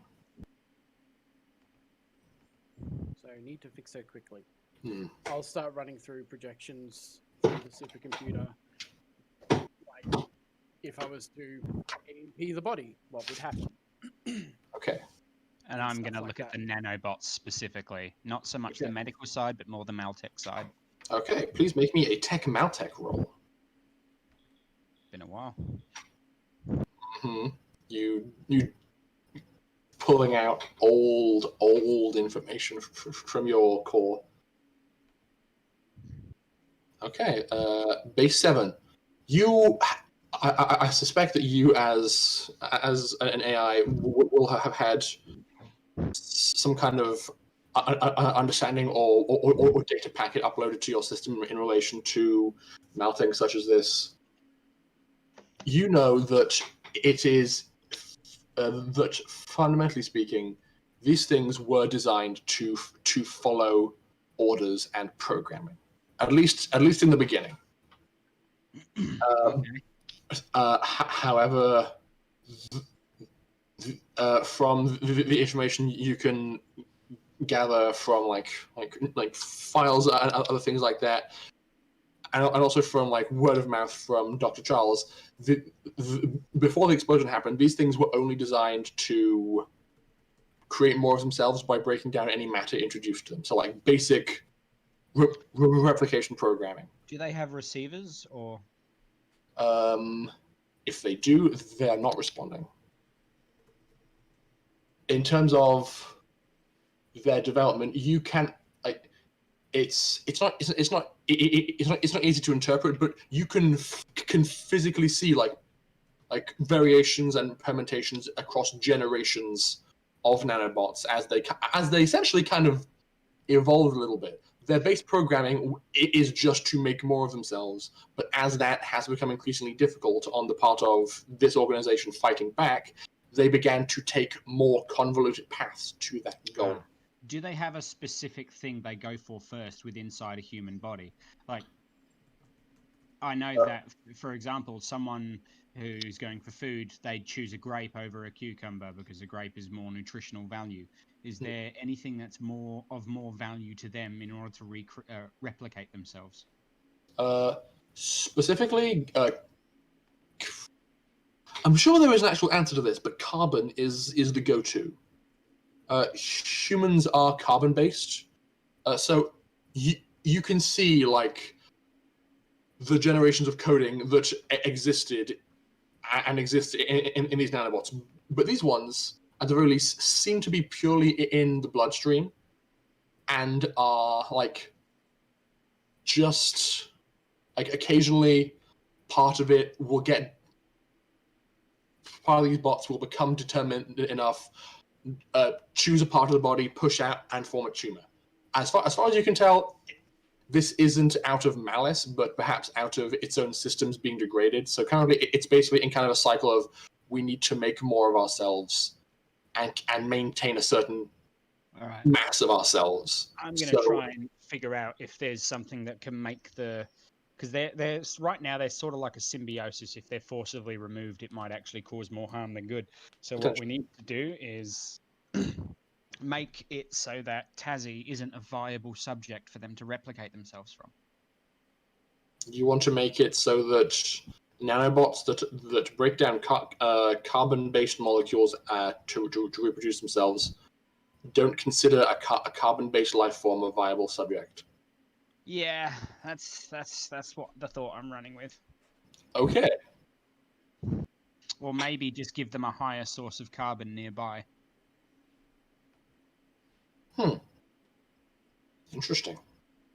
So introducing like a dense form of carbon to her, like a diamond, yeah. Right, like a diamond, maybe. So this will take you some time to puzzle out. So for the time being, I'm going to transmit all of this to Charles as well while this is going on.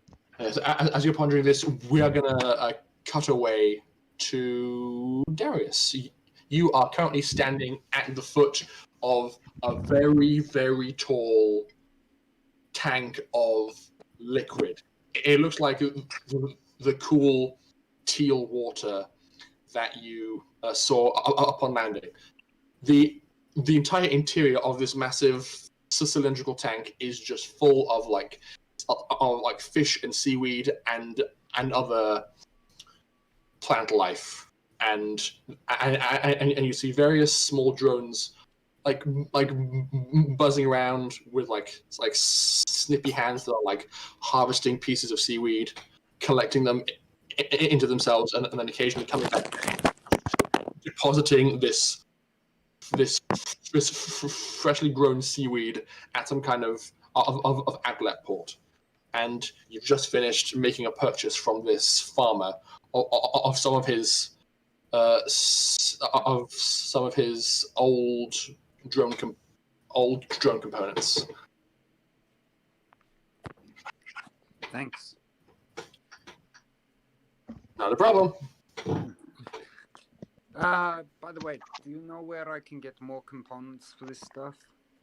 Well, these were cheap because I have been using them before. But if you go over down 5 blocks, go up about 100 stories, you should there should be a guy. Yeah. Yeah. All right. Thank you. Cool. Okay, and you continue on your shopping adventure, accompanied by your own personal drone. I'm just like looking through all of the scans bouncing around our compads and just thinking about it as I go. As you're walking along, you see on the electrical frequency that you have going that there is something that's passing by kind of a block away, and as you cast your gaze in that direction, you can see a pretty well fortified looking jeep that has like a presently buzzing and electrified cage on the back of it. It's being escorted by like a military looking force of people, and you can just see from this distance some kind of movement occurring on the inside of this electrified cage. Okay. So that is a thing that you notice. Interesting.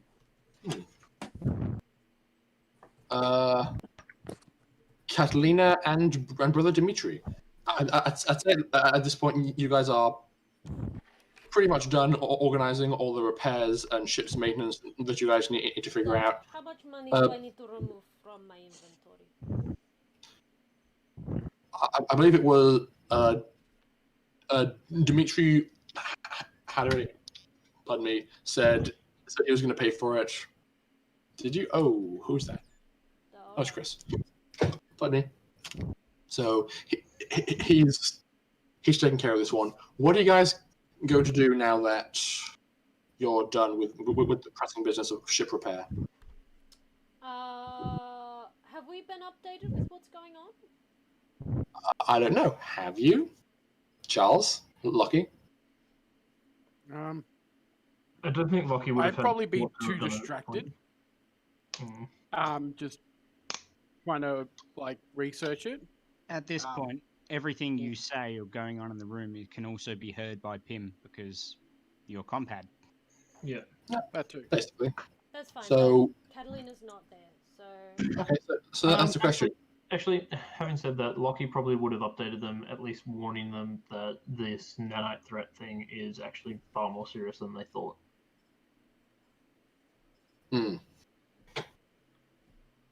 Fair enough. So I'd say basically more telling them to be cautious. Dimitri, shall we go back to ship? Shopping? Drinks? Shopping? We'll go back to ship. Is it safe enough to be around this planet now? Apparently not to get attacked by random felines, just, you know. There is Yeah, many it was people okay. who live Like here a nice cat. perfectly fine. I think, I don't know, maybe be better to be safe than sorry. Maybe we can help the mechanic, I don't know. So we can help mechanic. I think we need also like some heavy duty armor plate repair, and that requires machinery that I don't have a lot of training on, and you know, all kinds of fun stuff. We should probably look at getting some fuel and everything for the ship too. Oh no, that is already paid for. Oh, you did? Okay. Duh, I have paid for, well, whatever the mechanic told me. I just said, sure, take all the money and give us some fuel, but only after they check the fuel tank. That's fair. I don't need to get into space and explode. Of course. You So, know, Dimitri, let's go shopping, we buy Locky something nice. He seems to be in not a good place. Yeah? Very worried Sure. about friend. We find a nice toy for him to play with. Maybe we find Dr. Charles a nice golden syringe or something. I don't know. Okay, let's go shopping. And so they'll Okay. go pottering along to try and find stuff. If you want to give the patient fucking metal poisoning, yeah, go for it. Oh So- no, it's not to be used. It's to be mounted on a board on the wall like a fish. So, you guys make your way towards like the shopping district. I think as a nifty thing, there would be like rentable hover golf carts. So like you can rent them for like a certain amount of credits, jump in, and then just use it to fly around a few blocks where lots of shops are. So you can like park the golf cart, go in, buy some stuff, come out, put the stuff in the back, and then keep on flying. So if you feel like you guys can avail yourself of a little golf cart that flies around. Yeah, I guess so. We'll do that. That works. Yeah, so you guys are flying around doing some whizzing. Coming back to yes, Charles and Locky. Locky, now that Jericho has kind of regained his breath from your aggressive manhandling of him, he says, "Look, we need to go." What do you mean? We need to go? The crew of the Sama has to go. What, you're just going to leave her behind? We have to go. The Sumo Hayabusa has been called back to base for reassignment. We have spent too much time on leave as it is. The reason Rigby called you back here is because we want her to be left in the care of somebody trustworthy and somebody who has her best interest in heart. That is you. You and your new friends, crew.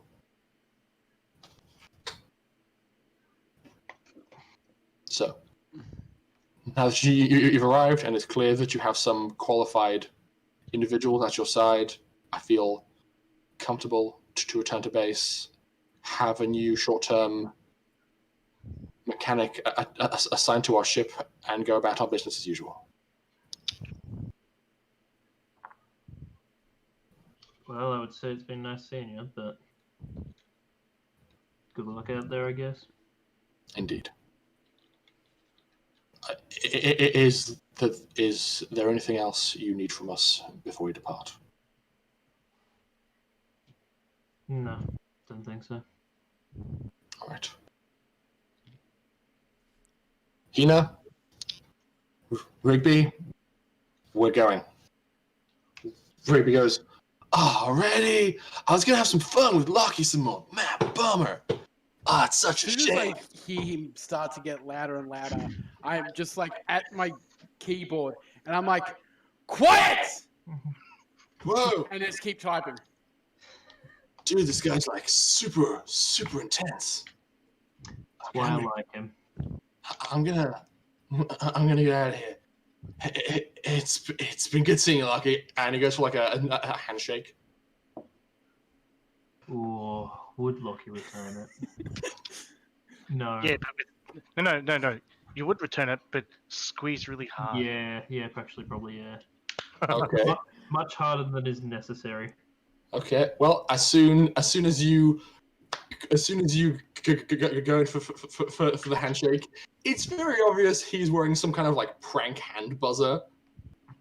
But since you were going in for like a crush, that buzzer just forces your hand muscles to retract even more. So he starts the handshake and it's all like, oh. and just like pulls some cords away from his wrist to take the power from the buzzer and says, "Oh, man, that totally backfired." At that point, do I see the wires? Probably.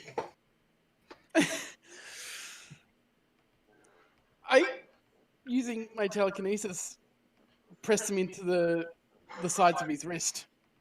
So he just electrocutes himself. He just goes, oh, thank God. He just like pulls them away himself and goes, oh, so weird. How did it even happen? Oh, That's what how do we get a refund? Yeah, faulty machinery is a bad thing. Till next time, Rigby. Till next time. You're in this round, and he walks out after Jericho and Hina. Is it safe for me to talk yet?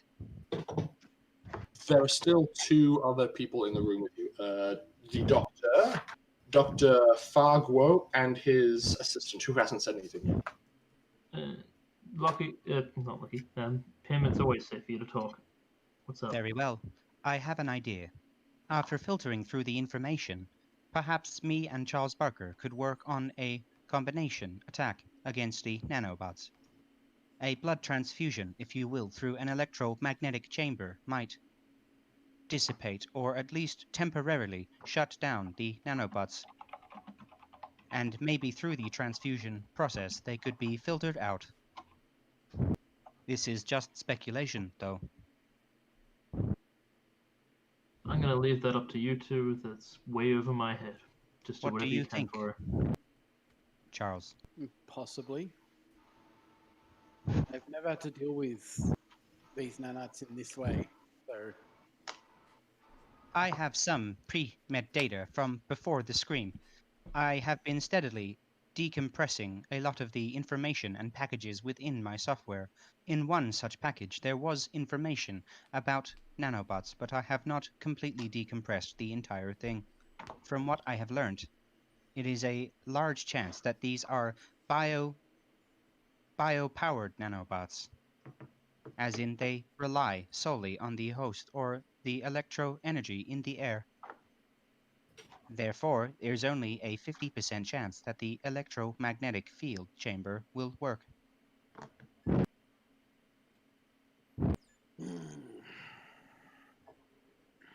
Well, 50% is better than nothing. I'll go over to the doctors and go, what treatments are you doing at the moment and what do you have planned? Dr. Farr says to you, yes, well, as you've seen in her records, we have been treating symptoms as they arise. Unfortunately, any attempts to remove them thus far have been unsuccessful because of how not densely packed they are. They are quite evenly dispersed throughout her entire bloodstream, even down in some of the much smaller capillaries. So attempting transfusions has been thus far unsuccessful because as much as we try, there always end up being some left that then begin to repopulate and cause more cancers, making it worse. It appears that they target carbon as their main source of replication. May Indeed. I suggest creating a large portion of carbon on the outside of her femoral artery, that is where the most blood travels through the body. If they build up there, it'll be easier to pump them out. Yes, but as they build up there, it's also possible they will hemorrhage the entire region. I never said it was without risk. It's possible. We have some available equipment archived that has been used for experimental treatment. We may be able to avail ourselves of some of this, but we'll need assistance. I'm more than willing to help. I've also got my old nurse that worked with me while I was here coming to help out as well. May I suggest calling Darius and Catalina as well? You said your name was Barker, yes? Yes. That makes a lot more sense. I will inform security to let her in. Thank you. And just kind of go through his compound and starts talking to somebody. Yes, Pim? A message to Catalina and Darius pings up on their compad if I'm allowed to send it, Yes. I should say. saying some of your expertise may be required. Call Dr. Barker is the message itself. Oh, Dimitri, I got strange message from him. Did you get? No. No, I did not get a message. What does it say? Apparently, I have to call Chaz because they need help. You should come too. It's probably useful. I don't know what Perhaps. it is. It is possibly, well, what were they talking about? Nanobots? I have no expertise in this area. I mean, you can go look after ship if you want. I'm gonna try and contact Barker and find out where they are. You do that. Duh. You come with or you go back to ship? No, I will go back to ship. Alright. Make sure the fancy panel that makes our name disappear is still working, duh? I think it was fine. It's definitely not. What? Ah, right. Fair enough. I would be most sad Well, if this does not work. I get back to the ship to find there's just a hole there. Well, it's like if a sliding door is stuck half open, the panel's kind of a bit in, a bit out. It's got a bit of shrapnel jammed in it. All right. Mm-hmm. Okay, and you begin work. I shall check the ship from head to toe, as they say. Okay. Stem to stem. How about you, Darius? I just open up compad and just say, I'm on call, send me anything you need. I don't know what purpose you have for me coming there, though. Have you ever hacked a nanite? Look, you're talking about hacking, what, 10,000 different systems simultaneously? No, just one. Just one. Yeah, I can probably hack one, if I can get the connection to it, which is unlikely. That is why I have called Catalina. Alright, coming over. Okay. So Catalina and Darius are en route. So over the next half an hour, first into this this waiting room walks Nurse Ying. She is this slightly overweight woman in her early 40s who kind of has a long black hair that kind of sits around here and just creates this round shape around her face. She's dressed in her usual work scrubs and just comes in and basically gives kind of a has the posture of, can we hug? I'll walk over and give her a hug and be like, "It's so good seeing you. It's been such a long time." It is. It's been far too long. I'm so glad that you're still doing all right after what happened with your practice. Yes, I've ended up in a different line of business. I see that, and she just sees Locky and goes, "Oh, I like your new line of business."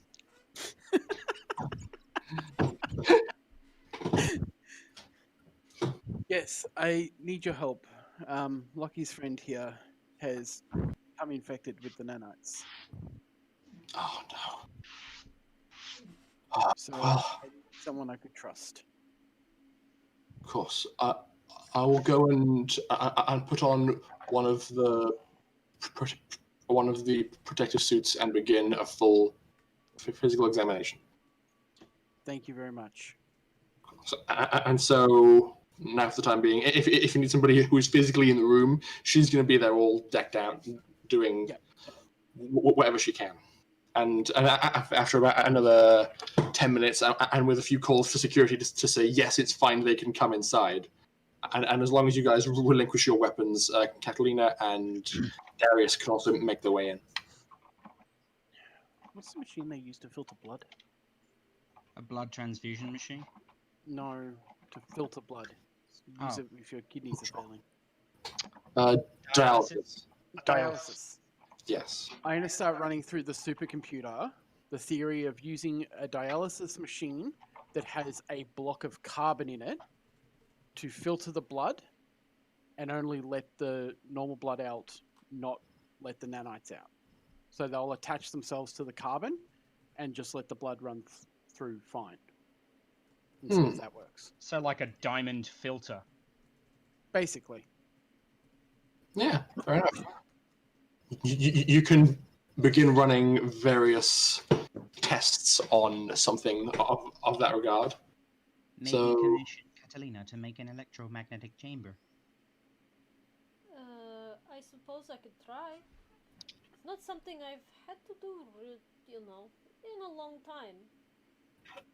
Yeah, you know what, Darius, I could use your hand in this, but yeah, I could do this. It's not too hard. You've just got to create a very strong pulse and run it through a coil. I vaguely remember making one long time ago when I had to. It's long story, but I had to improvise. Not much different to, well, I guess now. All right, let's get to work. What do you have handy The only that I difference can is dismantle? Let me find out in a minute. But it can't affect anything else in the room. Oh, we make Pay it it 2 seconds. short range, I suppose. Okay. At that point, I'll ask for any sort of electronics that might have the required components to make a EMP chamber that can go around the Also, dialysis. make People can equipment make move as far away from her as possible, Okay. or from where we do the thing. I have questions for Catalina and Darius now. What is your current emotional state?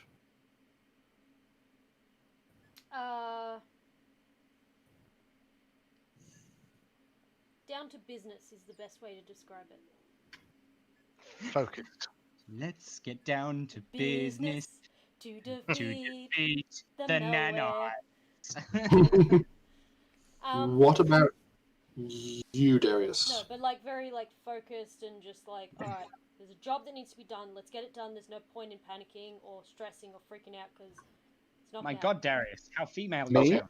Irritated. I don't want to be in a hot. Okay. Blah, blah, blah, blah, blah. Yes, you are irritated. Irritated. Last time I Okay. was in a hospital, I nearly died in one. I'm not interested in being in another, but I'm doing it because Locky clearly needs me here, so I'm there. Okay. So irritated and concerned.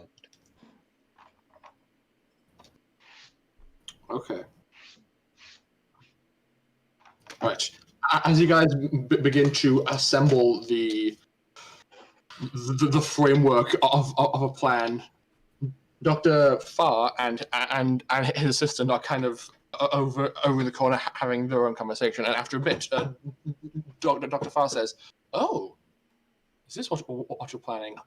I did mention previously that we might have some components from old tests. It seems like a few of our old machines would fit the bill here. Yes. We have an old storage facility that has some of our old archived components for testing and experiments. We never actually considered trying something quite like this, though. It seemed too far-fetched." Well, Wow. let's. All we can do is try. Duh, At and the if it moment, works, it's- who knows? It might work again. I see. Now, there is one problem, though. Duh. That storage facility is partially collapsed. That is fun. Can we get in there? It's a bit close to the exclusion zone wall, and there was a bit of a spill, a spillover a few months ago, and some bots were able to leech free over the border. I'm I've been informed that it's all been entirely contained. Just some of the main structural elements of this facility were brought down in the accident. So it's safe, just not structurally square like Well, rooms, right? May I suggest the building has the building has technically been condemned. We've been cautiously sending in teams to evacuate and relocate the prototypes, but it's been taking a while, and I fear if you were to attempt to build the things you're discussing, it may not. You may not have enough time to assemble them yourselves before it's too late. So you may need to brave an expedition. At that point, I'm like, Locky, power armor. Power armor. We'll get Pim to help. If I had to make all the components myself, I did take far too long. She'd be dead by the time I finished. If you're going in, I'll send an observation drone. At least that'll be non-technical.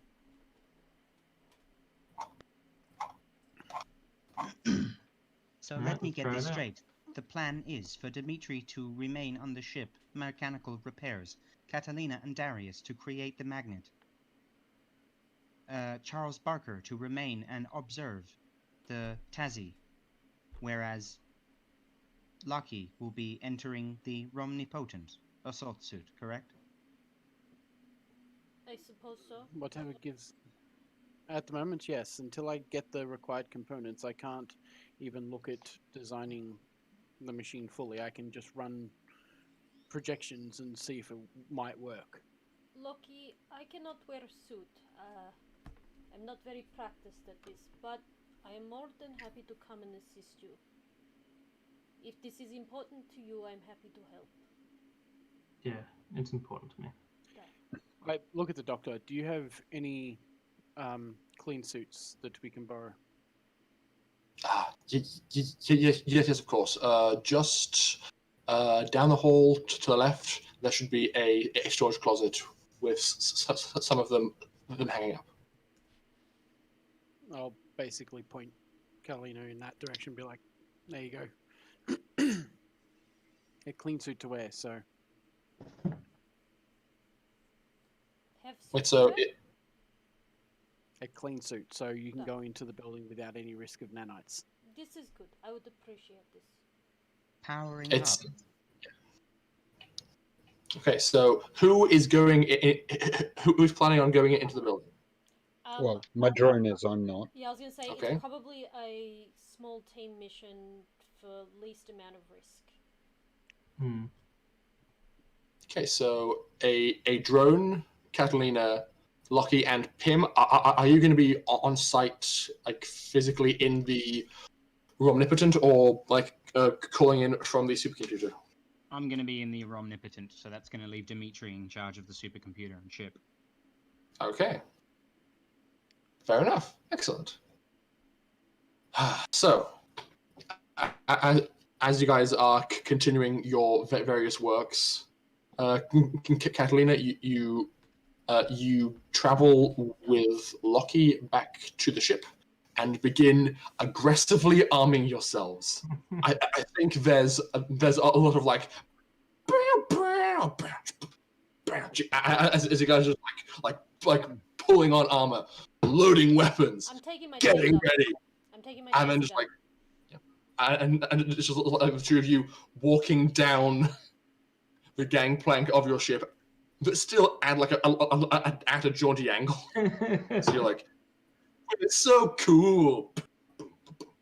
And Dimitri's like, what the fuck is going on? Like, suddenly weird music, jaunty angles, like weird shit.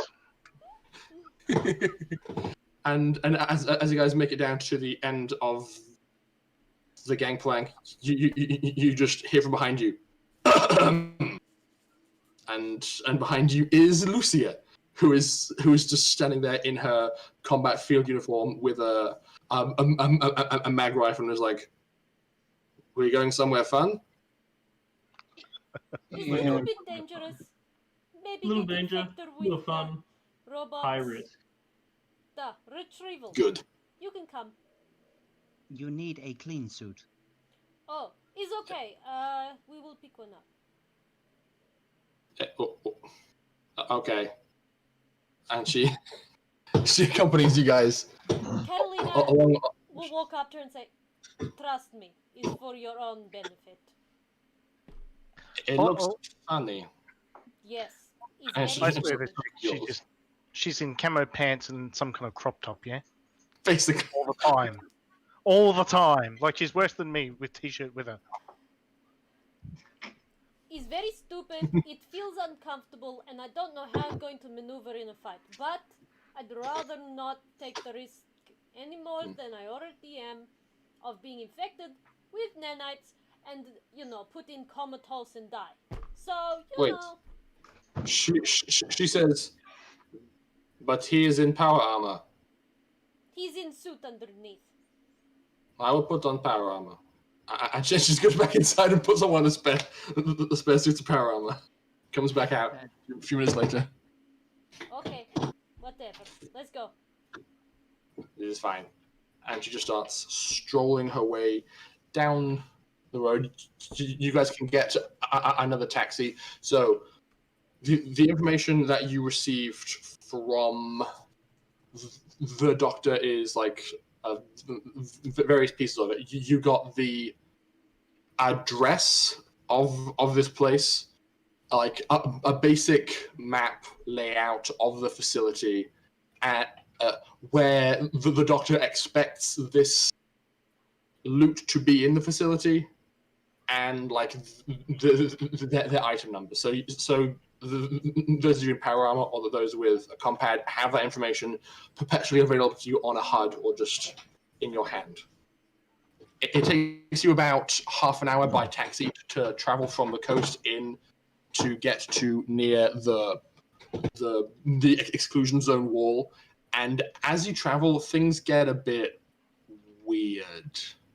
It's kind of like you're traveling to the bad side of town, and there's also a lot less available natural light because you guys are on the ground level, and there's a lot of kind of like not perfectly lined up and crisscrossing skyscrapers. So it gets like progressively darker and darker the more you're in, until you're just relying on like fluoro and street lamps. And the quality of the area does kind of degrade as well. It seems that the nearer you are to the exclusion wall, the more kind of slummy, for lack of a better word, it is. And things just seem a bit dodgier. You arrive at this facility, and it's one of the few buildings that isn't like a 100, 200 stories tall skyscraper. It's only about 5 stories tall, and it is like directly next to the border wall. It is like as you arrive, there is like a collapsed and slanted sign that says Pavlikakis Organization Auxiliary Work Storage. Okay, his place. You ready? All right, I had hang on, taken hang on. information from the nav computer when I was inside the Voyager and hooked it up into the computer. As such, I have created an architectural blueprint of the building. Give I am me a forwarding tick. it to your heads-up display. Give me a tick, because you guys are probably not going to be able to see nanobots, right? Correct. Correct. Right. Well, this thing, and I just like point forward, and it travels into the building. I'm just going to check out the first entrance and see if it's safe for everyone to go in. So follow the drone. Well, what's the range on the drone control link? Let me check. 10K. Yeah, but so. Well, is the range, or is the range just the range of the drone?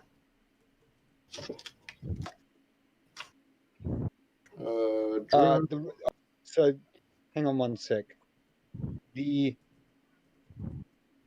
Fine. No, it's just the range of the drone Okay. from And you- its source.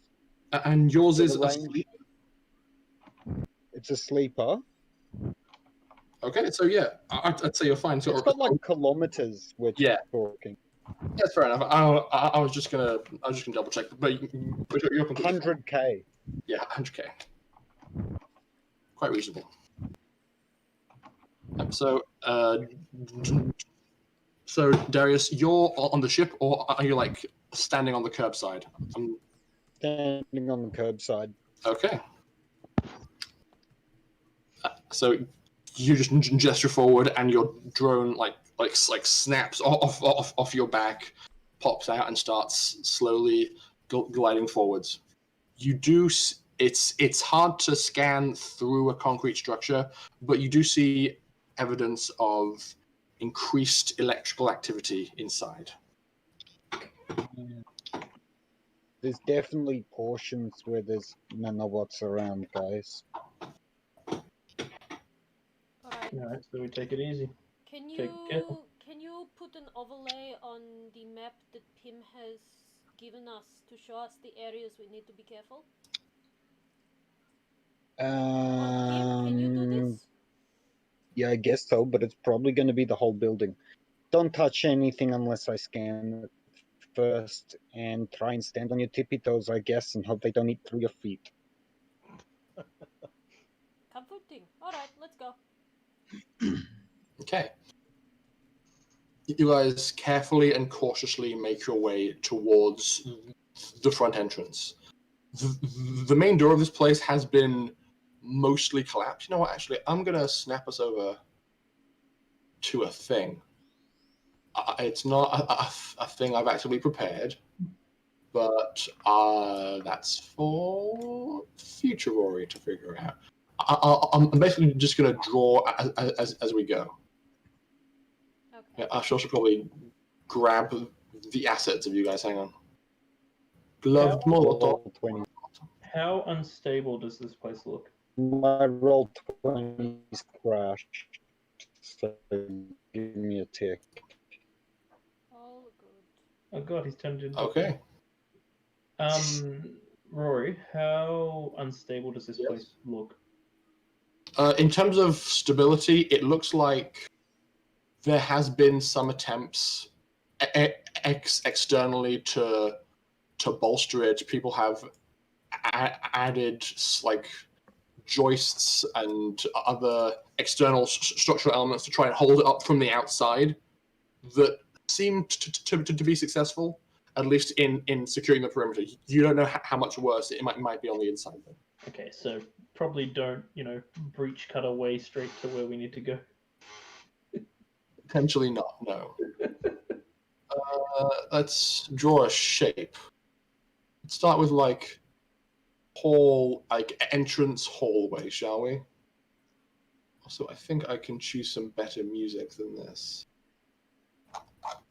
Manage audio. Elevator music. Hackety hack hack, hackety hack hack. Derelict freighter, dying world. I am doing a nav scan to see the structural integrity of the building, but I do not expect good results. You'll do. We will be careful, Pim. Appreciated. Okay, so the main entrance to the structure is partially collapsed and a bit messed up. So it'll take a bit of squeezing, but you think that amount of space is enough for you guys to pass through. Oh, you mean where the drone is? Like here? Yeah, there.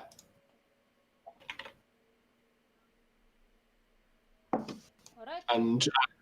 And beyond, you can see unpleasant flickering lights that are potentially still drawing their power from something, just like kind of buzzing on and off. I will go first because I am how to put this, least heavy. I will make the least impact on where we're going. Drone can go first. I will follow drone, and you two can have my back. Duh. Hmm. Very well. All right. I need to figure out where these items are, and I'm gonna pull out my compad with the map that Pim made because I don't have a visor, Yeah, sure thing. and try and navigate with the drone, with Darius and the drone. As the two of you begin cautiously creeping your way into this building, if the map is anything to go by, it looks like the place you're looking for is 2 stories up, and the main flight of stairs in this building is towards the back wall. Hang on. Is there any windows on the outside of this? Yes, there are. Okay, I'm just going to send the drone up 2 stories and through a window. Okay, sure thing. That works. You just like pull the drone back. It whizzes up and begins to slowly creep its way inside. As you're hovering in, you can see that there's a lot of tall stacked shelves. It is probably as full as possible with a lot of those like space. It's like those cool sci-fi looking crates that each have their own like barcode, like cool blinking lights, and their main identifier that are stacked up.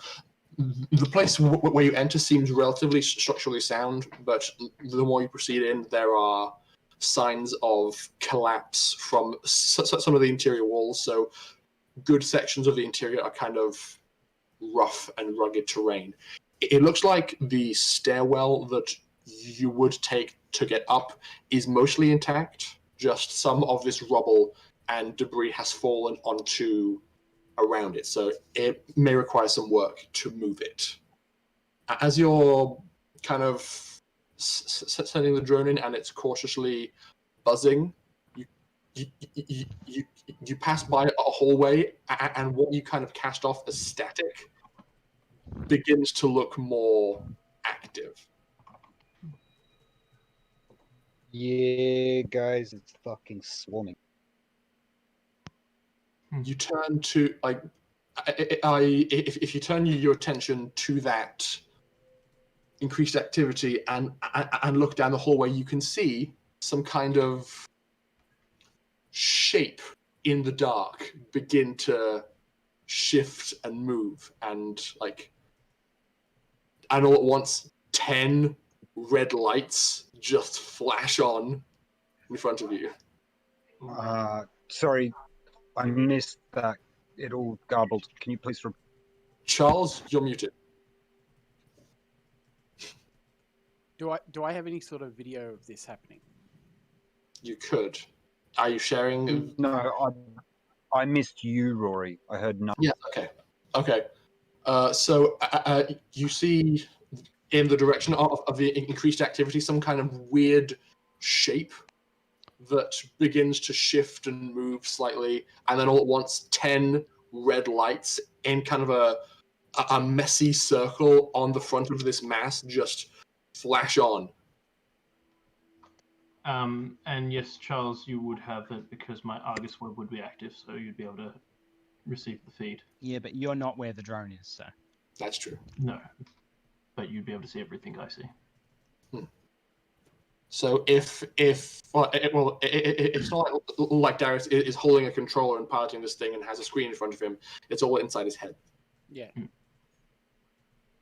Oh. I think Chris is having some technical difficulties. Yeah. Yep. Oh dear. You're on your phone. Yeah. Chris will take care of that. Oh. Everything's gonna be fine. Yes, a shape in the darkness near the static. This is the moment that I would definitely give to Chris to be like, okay, buddy, what do you do? So him cutting out at this moment is really inconvenient, but it's okay because I'm. No, I can hear now. There we go. Yeah, I'm gonna start firing. Okay. I'm gonna need all people present to roll for initiative. Oh heck. I'm And just at going the to roll same to time, I'm assist. gonna- Yay! So And at the same time, I'm gonna yell out, "Guys, that's not right!" and start contact. I have a Just question, yell though. shit. Warn Mhm. everyone else. My plasma projector, would that be more effective or less effective than the taser against the nanobots? That is a very good question. I'm trying to find my initiative. This'll do. Hey! Yeah, I got a 9. So, whatever initiative Locky gets rolled, can you add +1? Ooh, I got a 6 then.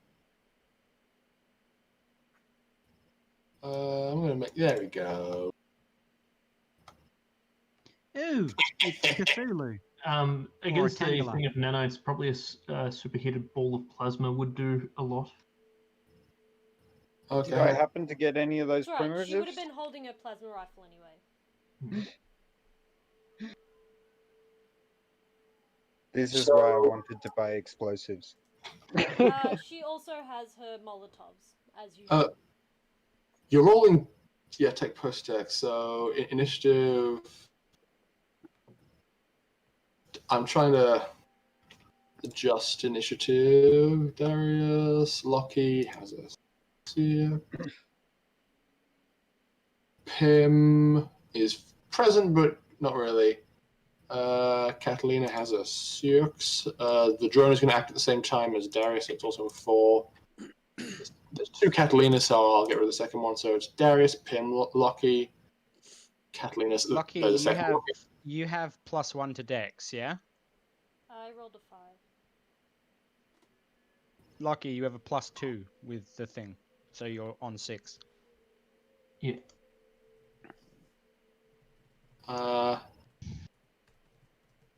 Oh, hello. That's a 9. Set for descending. Okay, hang on. This is fiddly.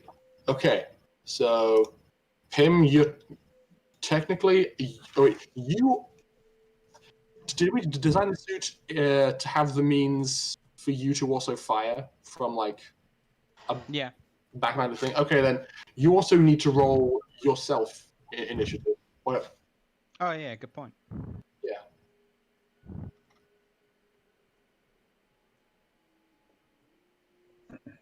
Nice. 7. Excellent. Okay, that's set up. I think we're good. We've got bad guy, Pim, Locky, Darius, and drone at the same time, and then Catalina. Oh, you gotta fight. What is happening? Heckin'. I think we're good. I can't. There's only 2 things on the turn Yeah, I was order. gonna Why is say, that? there's only the Yeah. creature and the drone. Oh, I think we encountered this problem previously. Why can't you guys see it? Did you guys click your tokens when you set your initiative? Mine was up there just Yeah, previously It before, was and now up it's there disappeared. before it disappeared. Oh, I've made a mistake then. Okay, I'm gonna get rid of everything currently in initiative and ask you guys to roll it again because I messed up. My apologies. Alright. Well, I don't have a token, so mine's just 7. Okay, can you see that? Yes. Yeah, they're there. Okay. Apparently, can you also do it again for? Wait, what? Why is it changing? I just set mine to what it was previously. Oh, okay, sure. I'm glad you can do that. Yeah. Oh, do You know what? This is fine. I'm okay with this. Pim, you need to. Well, wait, you're at 7. I don't have a token, so. That is true. I'll put you. Okay, then you act at the same initiative as Locky then. Yeah. Because why not? Okay. So now that all that kerfuffle has been sorted out, things actually begin to happen. So Terrifying. I should have been doing some more of the doodle. So the way I kind of imagine this, like there was a back room here, a room here, and a room there, kind of, or a room there. So this guy was like sitting in the corner in the dark. Your drone was just like casually buzzing around and saw it and went, "Oh no," in a very Pym kind of a way. The staircase is like here. It's like stairs and things. Whatever, it's stairs. I am doing a bad job. Note to self, actually prepare things ahead of time. No, wing it. I am pinging the location of the drone on your heads-up display, Locky. It is 2 stories up. Let's move out. Oh boy, this is gonna be fun. Okay. No, that's not going to work. Boom, why not? It's this many big. Yes, so you've got shelving and walkways and various buildings, structures. Doorway, doorway, doorway, doorway, doorway, doorway. Okay, so here we've got various shelves that are stacked with equipment. Over here is the staircase. These are all doors. And the bad guy, as it were. Now, it goes first. Apologies for the kerfuffle. I've lost a lot of time. Anyway. This creature, which is kind of still in a weird amorphous mass on the ground, kind of starts to like writhe and lurch and pulls itself together. It kind of like forms amorphous tentacles that kind of pull forward, like grab onto the ground and just start like dragging itself as a big mass slowly forward towards this doorway. It kind of like it squelches itself into a more compact shape to get through the doorway and kind of just flops out the other side and is just kind of it's currently just pulling itself together. So that's its turn. So next up we have Locky.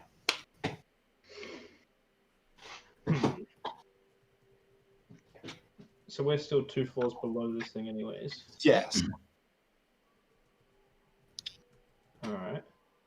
Based on the blueprints, I am charting you the quickest possible path to the location where the drone is. I'm going to move up into the main corridor as far as I can and see if there's any doors on the right-hand side that might lead below this thing. Okay. It's not up the stairs into its room, but directly below it. Well, like this is a map of the 2 stories up. It's hard doing the whole like multiple story things at once. Well, is it basically the same floor plan on each floor? No. It's probably got some pretty similar structural elements, but the internal layout could be different. What is different floor to floor? Okay. However, if you are trying to do it, like you've got a map of the place, and aside from some problems based on like things falling down, you could probably get most of the way to directly underneath it. Like if you run in and use your entire move, you get there down the hallway. Yep, that's what I'll do. Okay. Move to here. Just run in. That's your turn. Next up, it is Catalina. What you gonna do? She'll probably do the same thing. She'll probably just run straight in with after Locky with her plasma projector. Okay, cool. Oops, I forgot to do a thing. I forgot to add Lucia. She actually would have acted first, but I'll have her act next. Anyway, so it's fine. Yeah, it works. I'll have her act at 9, but next turn. It's okay.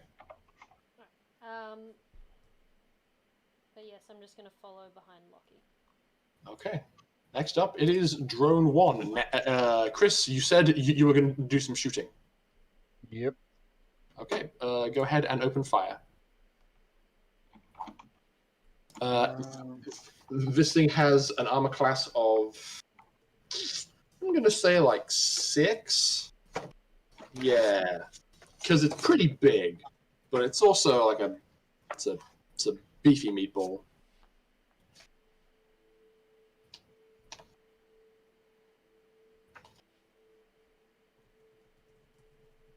Oh 11. my god.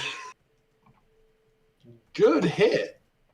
Very good hit. Okay. Your drone spins around. Wait, what's it got equipped on it right now? Void thrower, wasn't it? No, that's laser rifle. I don't know why it's adding +1 to damage. It shouldn't. Laser rifle. Okay, so you rolled max damage. So why is it added +1? I don't actually know. Oh, well, actually, yeah. Yeah, laser rifles come with a +1. Yeah, I think it does a +1 to attack and damage with the laser rifle. Maybe, maybe not. It's fine. Whatever. Hang on. You carve a pretty decent. D10. Yeah, it's D10. It's 1d10. It should be 10, not 11. But they also have a bonus. I'm looking at To the thing hit, right now. not to damage. Mm-hmm. It's 1 point. It doesn't really matter that much. Yeah, it'll be okay. So it deals 10 points of damage, and it carves a big, meaty chunk out of the top of this terrifying mound that's pulling itself towards you. Are you going to move the drone at all? Oh wait, actually, you can't, can you? Yes, I can, because that's my move action. You're acting through the drone. You used your move action to tell the drone to shoot, but drones can only receive one order per round. One shoot order per round. They can move as well. They can? Okay. Pretty sure. Read up on drone rules. Hang on. Drone patrolling. No, don't worry, I won't do it for the moment, but I'll check on it. Yeah, it says a single drone can only receive one command per round. You're right. Yep. So it stays where it is. Yes, but it has shot. However, you have your main action as well. I'm just going to stay where I am and just yell out to everyone and just say, hold on, I don't think it's a good idea to go in there. Okay. Next up is Lucia. She is also just going to like beat feet, sprint all the way in. She is as she kind of stops at the end of the hallway. She checks her gun, make sure it's all functional. And says, "What are we doing? What is problem?"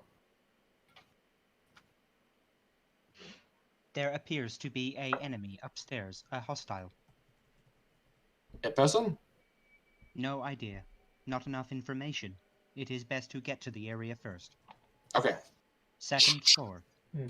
Yeah, single hostile, second floor. Yep. Next How up. do you guys know that? Because you said we've got a hostile. Yeah, but I haven't said anything else. Yeah, we've got a hostile. A singular. And they all saw you send the drone up to that level. Yeah. All right. So, I mean, it's possible that that your drone scanned a hostile on another level, but at least now they know that there's something dangerous in there. So that's up. Okay. Next up, it is the bad guy's turn, who sees its quarry in front of it, and basically just like as it moves, it seems to be pulling itself together more and more, and is kind of pulling together like about a dozen thin legs and is just pushing itself off the ground. And it, as a mass, just opens up and basically tries to like flop and engulf the drone into itself. So it's going to make an attack roll. What's the drone's armor class, Chris? Low. Low? Hang on a tick. Yeah, it's pretty low. Okay. 8. 8? That's... Okay. Sorry, bad armor I meant. Okay. It kind of pulls back, so 8... 7, oh boy, that hits. How much does it do? That's going to be... Since it's just kind of flopping onto it, I will go... Flip, flip. Oh no! Oh dear. Yeah, the drone's destroyed. Okay. It just rolls forward, engulfs it, and all at once, your view of the situation just cuts to black, and all you can hear is it's like there's ants inside your ears for the few seconds before you also lose audio, and it's just blackness that you can see now. Yep. I just yell out, "Drone's gone!" Okay, drone is dead. Oh no. This is why I wanted explosive drones, because I knew they don't do well in close combat. Fair enough. And now it is your turn, Locky. Alrighty. I'm going to try and position myself roughly... I suppose I don't know exactly where it is. Well, it just took out the drone. The drone was giving off a signal 1 moment ago. Now it's not. I could Yeah, probably but we tell you can't see it. where. No. And What Darius. do you mean the drone was giving off a signal? It never was. The buzzing stopped. I'm just going to run for the next floor. Okay. So I'll say that you can navigate the staircase, but I'll use the phrase like difficult terrain, where there's like debris and broken chunks. So your progress up there is slowed. Mm-hmm. So if you use your entire movement, I think you can get around there. So halfway up the stairs. Yep, that's all I'm going to do for now. Okay. Next up, it's Catalina. I'm just gonna keep running. Essentially, the 3 military fighting kind of characters are being like sent into combat. So yeah, we're just gonna go for it. She's just gonna run straight after Locky with her gun at the ready to shoot at the first sign of hostiles. Okay. Yeah. And the same is the case for Lucia. She just runs behind. Yeah. Now, you guys don't have any frame of reference for this, but I think due to the nature of a staircase, there's like a bit of an echo in there, so you can hear like the weird slop that kind of begins to form more of a cohesive shape, and you can hear like several small footsteps all kind of scurrying at once, and as you look up, because it's like a full open staircase, you can see that there's small lines of what looks like ants kind of trickling down the interior wall of the staircase, making its way towards you. Terrifying. Also, Catalina has prepared a Molotov. Okay. Quick question. Yep. Do they look like nanites to me? From your perspective, yes. But just for like context, it's like ants just because there's a lot of them. They're dark color and they're swarming.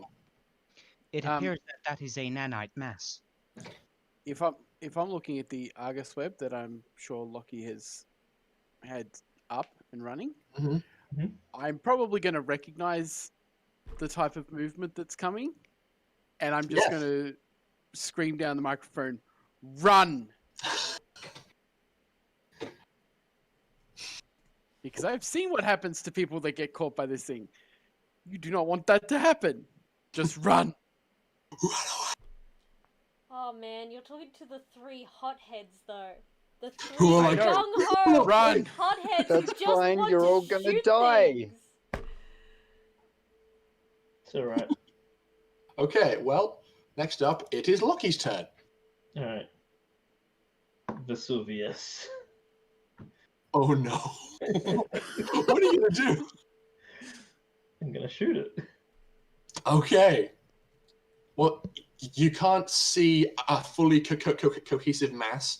It's basically like it's currently in transit, where Yeah. the bulk of it's up there, but it's beginning to crawl down and make its way to you. Mm-hmm. Okay. Yeah, I'm gonna just fire at the largest chunk of it that I can find. Okay. If you progress up a bit more, I think you'll have a decent shot up through like a broken hole. Mm-hmm. So, but by all means, make an attack roll. Its armor class has actually gone down though, so its armor class is now 5. Okay. Gee, Vesuvius. Let's do this. AC is 5. Why is it not typing? There we go. Did you remember to add the bonus from the Yes. assault suit? Yeah. Ah, so Ooh. close. That's a miss, unfortunately. Damn. Okay, you That's a miss? Boy. pull this gun out, and the barrel starts aggressively spinning up. You've got basically the plasma cap on the front, and you just let loose this big hot ball from the end of your gun, and it basically just sears a hole in the concrete and just causes like a big chunk to just snap loose and drop down directly in front of you, and the staircase begins to like rumble a little bit from the impact. All right. Okay. So I just rolled a 24 with the mag pistol. Oh yes, same turn. 24 to the pistol. Good shot. Okay, then roll damage. Okay. What's the damage for a mag pistol? Mag again? pistol is like 2d6. Yeah, 2d6 plus 2. Yeah, go for it. So that's 10, Nice. Not bad. 10 damage.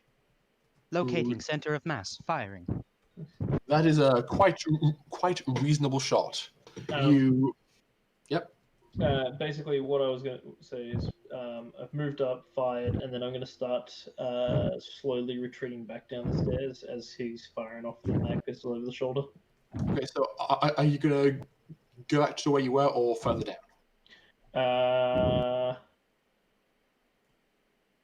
Probably a little bit further down. Okay, so We don't want to be right underneath it. go down and pass by Lucia. Yes. I'm gonna fix this mess. There we go. Heck. No. What is... Yes. To front. Okay. There we go. Okay.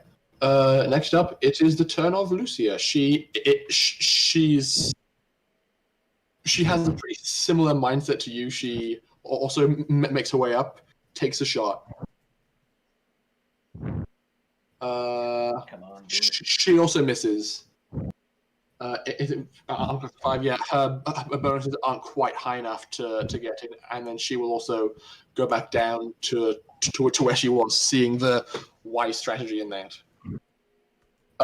I've just realized, Chris, you are Darius, you are still physically present. You just don't have a turn anymore. Are you going to be doing anything during your turn? I'm going to flick on the comms and just say, I've got nothing to support you with, guys. I'm bugging out. And I'm going to leave. Okay, you start making your way down the street and try and find a taxi to hail. Can I, just as a reaction, activate comms or to Charles and just send a message?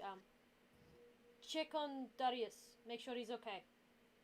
I'm fine. I just literally have no other weapons. What do you want me to do? I'm carrying nothing. You didn't bring a gun with you? Okay. No, she means like if the drone was destroyed, to make sure everything up here is doing okay. It's just a tool. Fair enough. I don't know what a You fire look- had. You can literally hear confusion in his voice over the thing. It's a tool. Do you get angry or upset when your wrench breaks? Yes. Now go Oh, let Charles Yeah, check right. you out. Okay. Next up, it is the turn of the blob. As it has taken fire from you guys some more, it seems like it's getting less and less stable. Unfortunately, the mag round didn't seem as effective as some of the other shots, purely by virtue of the fact that it is a physical projectile rather than something else. So after it takes the shot, it does something actually pretty clever. The current that was kind of flowing down the wall kind of pushes outwards and forms like a weird kind of downward slide scaffolding superstructure incredibly quickly, and then the blob just like shoots a part of itself down. It rolls down this superstructure and just and is coming straight for Catalina. Oh, cool. Great. That's fine. Because you're the closest to it. Oh, So it's gonna roll to hit. That's a 3. awesome. You see this like big ball of terror barreling towards you and duck just in time as it flies over your head and impacts right around here on the wall of the staircase behind you. Oh, It's going to make a smaller one. Just watch. Then it starts pulling itself through the hole and is now kind of stuck up to the ceiling and is slowly crawling more of its mass down towards you. Okay, now the turn is Locky and Pim. My mag pistol seems ineffective. I'll have to upgrade it at some point then, get something else. But for Perhaps. now, just keep opening fire. From here, I can't see Yep. the creature, can I? From here, I think you're okay. It's not a staircase that has like an enclosed section, and it's dropping pieces of itself down. So I think you can see across just fine. Yeah, then I'm going to open up full bore again. Okay, by all means, take a shot. Come I'm on. 1 off. What's its AC now? Is it still the same? 5? It is. It's 5 still. Yes. Yep, cool. Please hit. Come on. Oh, Ooh. You rolled a 2. That's fucked. It's named Breach Laser. That's cool. Yeah, Well, Mikhail, you're hit. I believe you do hit though, on a 14 on the die. So roll damage once again for the mag rifle, for the mag pistol. Okay. 2d6 plus 2. So 7 damage. That is not bad. It seems that even though your pistol isn't doing as much damage as you would like, it's still causing an impact. And as you're shooting, you're seeing that like the clusters of this mass are kind of shriveling up and dropping off dead, kind of around the shells you shoot in. Analyzing, creating pattern. Okay. It is now your turn, Catalina. Duh. Alright. 2 questions. Mhm. Wait, let me pull up my character sheet. Fuck it. I'm going to shoot my plasma projector. Okay. Go for it. Make an attack roll. AC? 5 still. No modifiers. Nope. Oh! How much AC does this shit have, man? By 1! You missed it by 1! Rude. Absolutely Oof a rude. doof. Okay. Next up, we are moving. Oh yeah. Are you gonna move? Yeah, she's gonna move towards the others.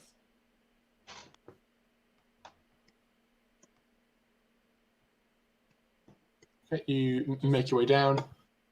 Yeah. From where Lucy is, she's just gonna pull her rifle up, take another shot at this thing. Am I able to also throw my grenade behind me or not? I'd say that that's your attack. So it's choose between the projector or Oh, good. your toss. Lucia However, hit. the shot from Lucia is a hit. I believe she was using a mag rifle, which is 2d8 plus 2. Ooh, big hit there. Okay, she sees this thing kind of land up center mass and gets a very solid hit right in the center, and it looks like it is beginning to lose some cohesion and integrity. So like it's kind of like beginning to shrivel from the inside out just a little bit. And as you've seen, the longer a wound persists, the worse it looks. She dealt a really, really good hit there. Nice. It is its turn. You guys are really doing some unpleasant things to this guy. Hang on. Don't mind me. Oh no. You were correct. There's now a smaller one directly behind you. I fucking knew it. So basically, it is just gonna. It is going to, as a last-ditch effort, just fling itself whole body down the staircase onto you guys. So I think the best way to go about this is to have Catalina and Locky both make evade saving throws to see if you can get out of the way to avoid any damage. Alright. Oh boy. Creating a list of possible evasive maneuvers. Oh no. So, Oh, can no. we, I am as rolling warriors- absolutely freaking terrible. as we Keeps as happening. warriors, use our special ability at this moment? You can once I actually roll some damage. So basically, that was just to see if you guys could get out of the way completely and just avoid its throw. Now I'm gonna see how well it actually does it as an attack. Oh yeah, that's good. That is an 18 on the die. So by similar metrics, you will both be taking 9 damage. But as warriors, if you like, No, I can use my you- ability because I have 8 Hold a health. second. What's its plus to hit? it has a +6 to hit. Okay. Because I've only got an AC of 1, so it's not really added much to that. Fair enough, but it is itself a scary thing. Yes, So- I will be using my warrior's ability then. Okay, what does that look like for you guys? Like, I'm curious to have you like paint a mental picture of how your tactics and training allows you to evade a massive ball of nanites dropping on you. Catalina's Well, gonna the- stop, the drop, method and roll that I down was- the stairs. She's gonna The tumble method I down. was going to go for next turn anyways was switch Vesuvius to cutting mode and drop down a floor. Just literally cut out the ground below me. Oh, that is great. So you were preparing it anyway. Yes. You see this come and go, and just aim down, haphazardly fire, blast a hole in the floor, and drop down. I'd say about a meter, because you're close to ground level anyway. So you just drop about a meter and are on ground level underneath the stairs. Yeah. Catalina? Catalina is going to dive roll down the stairs. Okay, just curl into a ball around your plasma projector and roll down the stairs. So I'm going to move you out of the way. I didn't realize that Sonic was playing. Yeah, I was gonna say. Sonic. So Well, I'll send you the back. You're under the stairs. also, It is up there. oh, never mind. And then this ball is going to lurch and jump onto Lucia. I'll go for a similar tactic. She makes her evade though and just kind of sidesteps it, and as she does so, this blob just forms back in with the main mass as it just shoots past her and impacts the rest of itself. Okay, Locky, it's your turn. Alright. Hey, did you delete the character sheet? No, Oh, weird. it's there still. I can't open it now. It's still set to be you, so it's not a thing I can fix. We'll worry about it later. Yeah, it'll be okay. It is Never your mind.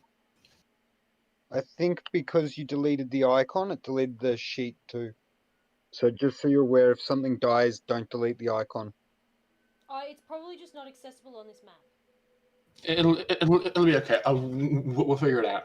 I can still see the sheet just fine, so I'll tinker with that later. No, it's all good. I mean, I need to delete the sheet anyway, but it's just I was modifying it to be the primitive. Fair enough. All good. Okay. I'm gonna take a shot up at it as I start running down the corridor. Okay. Yeah. So, make your check roll. Pim, your shot misses, I believe. Come on, actually hit for a change. Vesuvius! Vesuvius! Vesuvius! Oh no. Oh my god! Oh, they're all so close! Okay, so you take your shot and you kind of dart downwards towards where Catalina is standing. If you want, you can keep on going in this direction if you like. Wait. Lucky, you Can I forgot give to say myself mask. a reroll? What do you mean? I have enough points to give myself a reroll. Oh, you know what? You know what? Fine. Thank you for supporting the channel, person who is actively playing in the game on this channel. Give yourself a reroll. Can I do that? Well, I think it's only activatable once per session, but I also have a lot of points. Watch me roll worse. I know what's gonna happen. Come on. Oh no! God damn it! You rolled a 2! You're abusing the system, man, and you're not even winning. You're being punished for abusing the system, it seems. Wait, Prodigy's giving us a reroll as well. Prodigy! Wait, really? Okay, Locky, you cannot use it, but since it's now Catalina's turn, you can. Come on. Wait, I didn't see the Plasma. Okay, so And yes, I'm really dead. Right. make your attack roll. Catalina's gonna throw the Molotov. Oh, Hopefully Okay. Lucia can get out. Sorry, I was just swapping to phone, so it might have made a bunch of pings. No, you're fine. that's all good. You do recall the blast radius of a Molotov, yes? Nope. Okay, throw the Molotov. My theory is it will make everything get on fire. Also, it wouldn't be the first time she's flamed herself with her own Molotov. That is true. Everything except said power armor and If you're going to be making this attack, the target's AC is 9. So make the attack roll. See what happens. Okay, I don't even know what that means. So It Catalina's means actually it's gonna run back a bit first, Okay, and then throw it. that is sensible. She's not stupid, just brash. Hmm. Okay, Molotov. AC, what do I add? +9. Yeah, +9. I'm Because not you're gonna throwing. hit this. How are you not going to hit it? You're at a +9. Oh, hey! Okay. Molotovs for the win! As you kind of stand back, light up the Molotov and just weigh it in your hand, you throw it at the back wall above the nanite mass and watch as just a rain of burning alcohol pours down over this thing and a decent amount of the surrounding area as well. Fortunately for you, Lucia is wearing power armor. Oh, good. And I feel like you moved to far enough away. So with that blow, as fire completely claims this mass, the nanites lose any semblance of cohesion they were clinging to and just kind of melt into a puddle of liquid metal over the next 30 seconds or so. There is a really strong string of Russian, like, swear words and cusses at this thing as she watches the fire burn. Mm-hmm. And I think with that, we are going to call it a session, you guys. We almost got ate by blob. But still, no one took any damage whatsoever. You guys almost got eaten by the blob. Oh boy, oh boy. Oh, I know figured what? out why Locky couldn't get any shots off. He forgot to say mask. Yeah.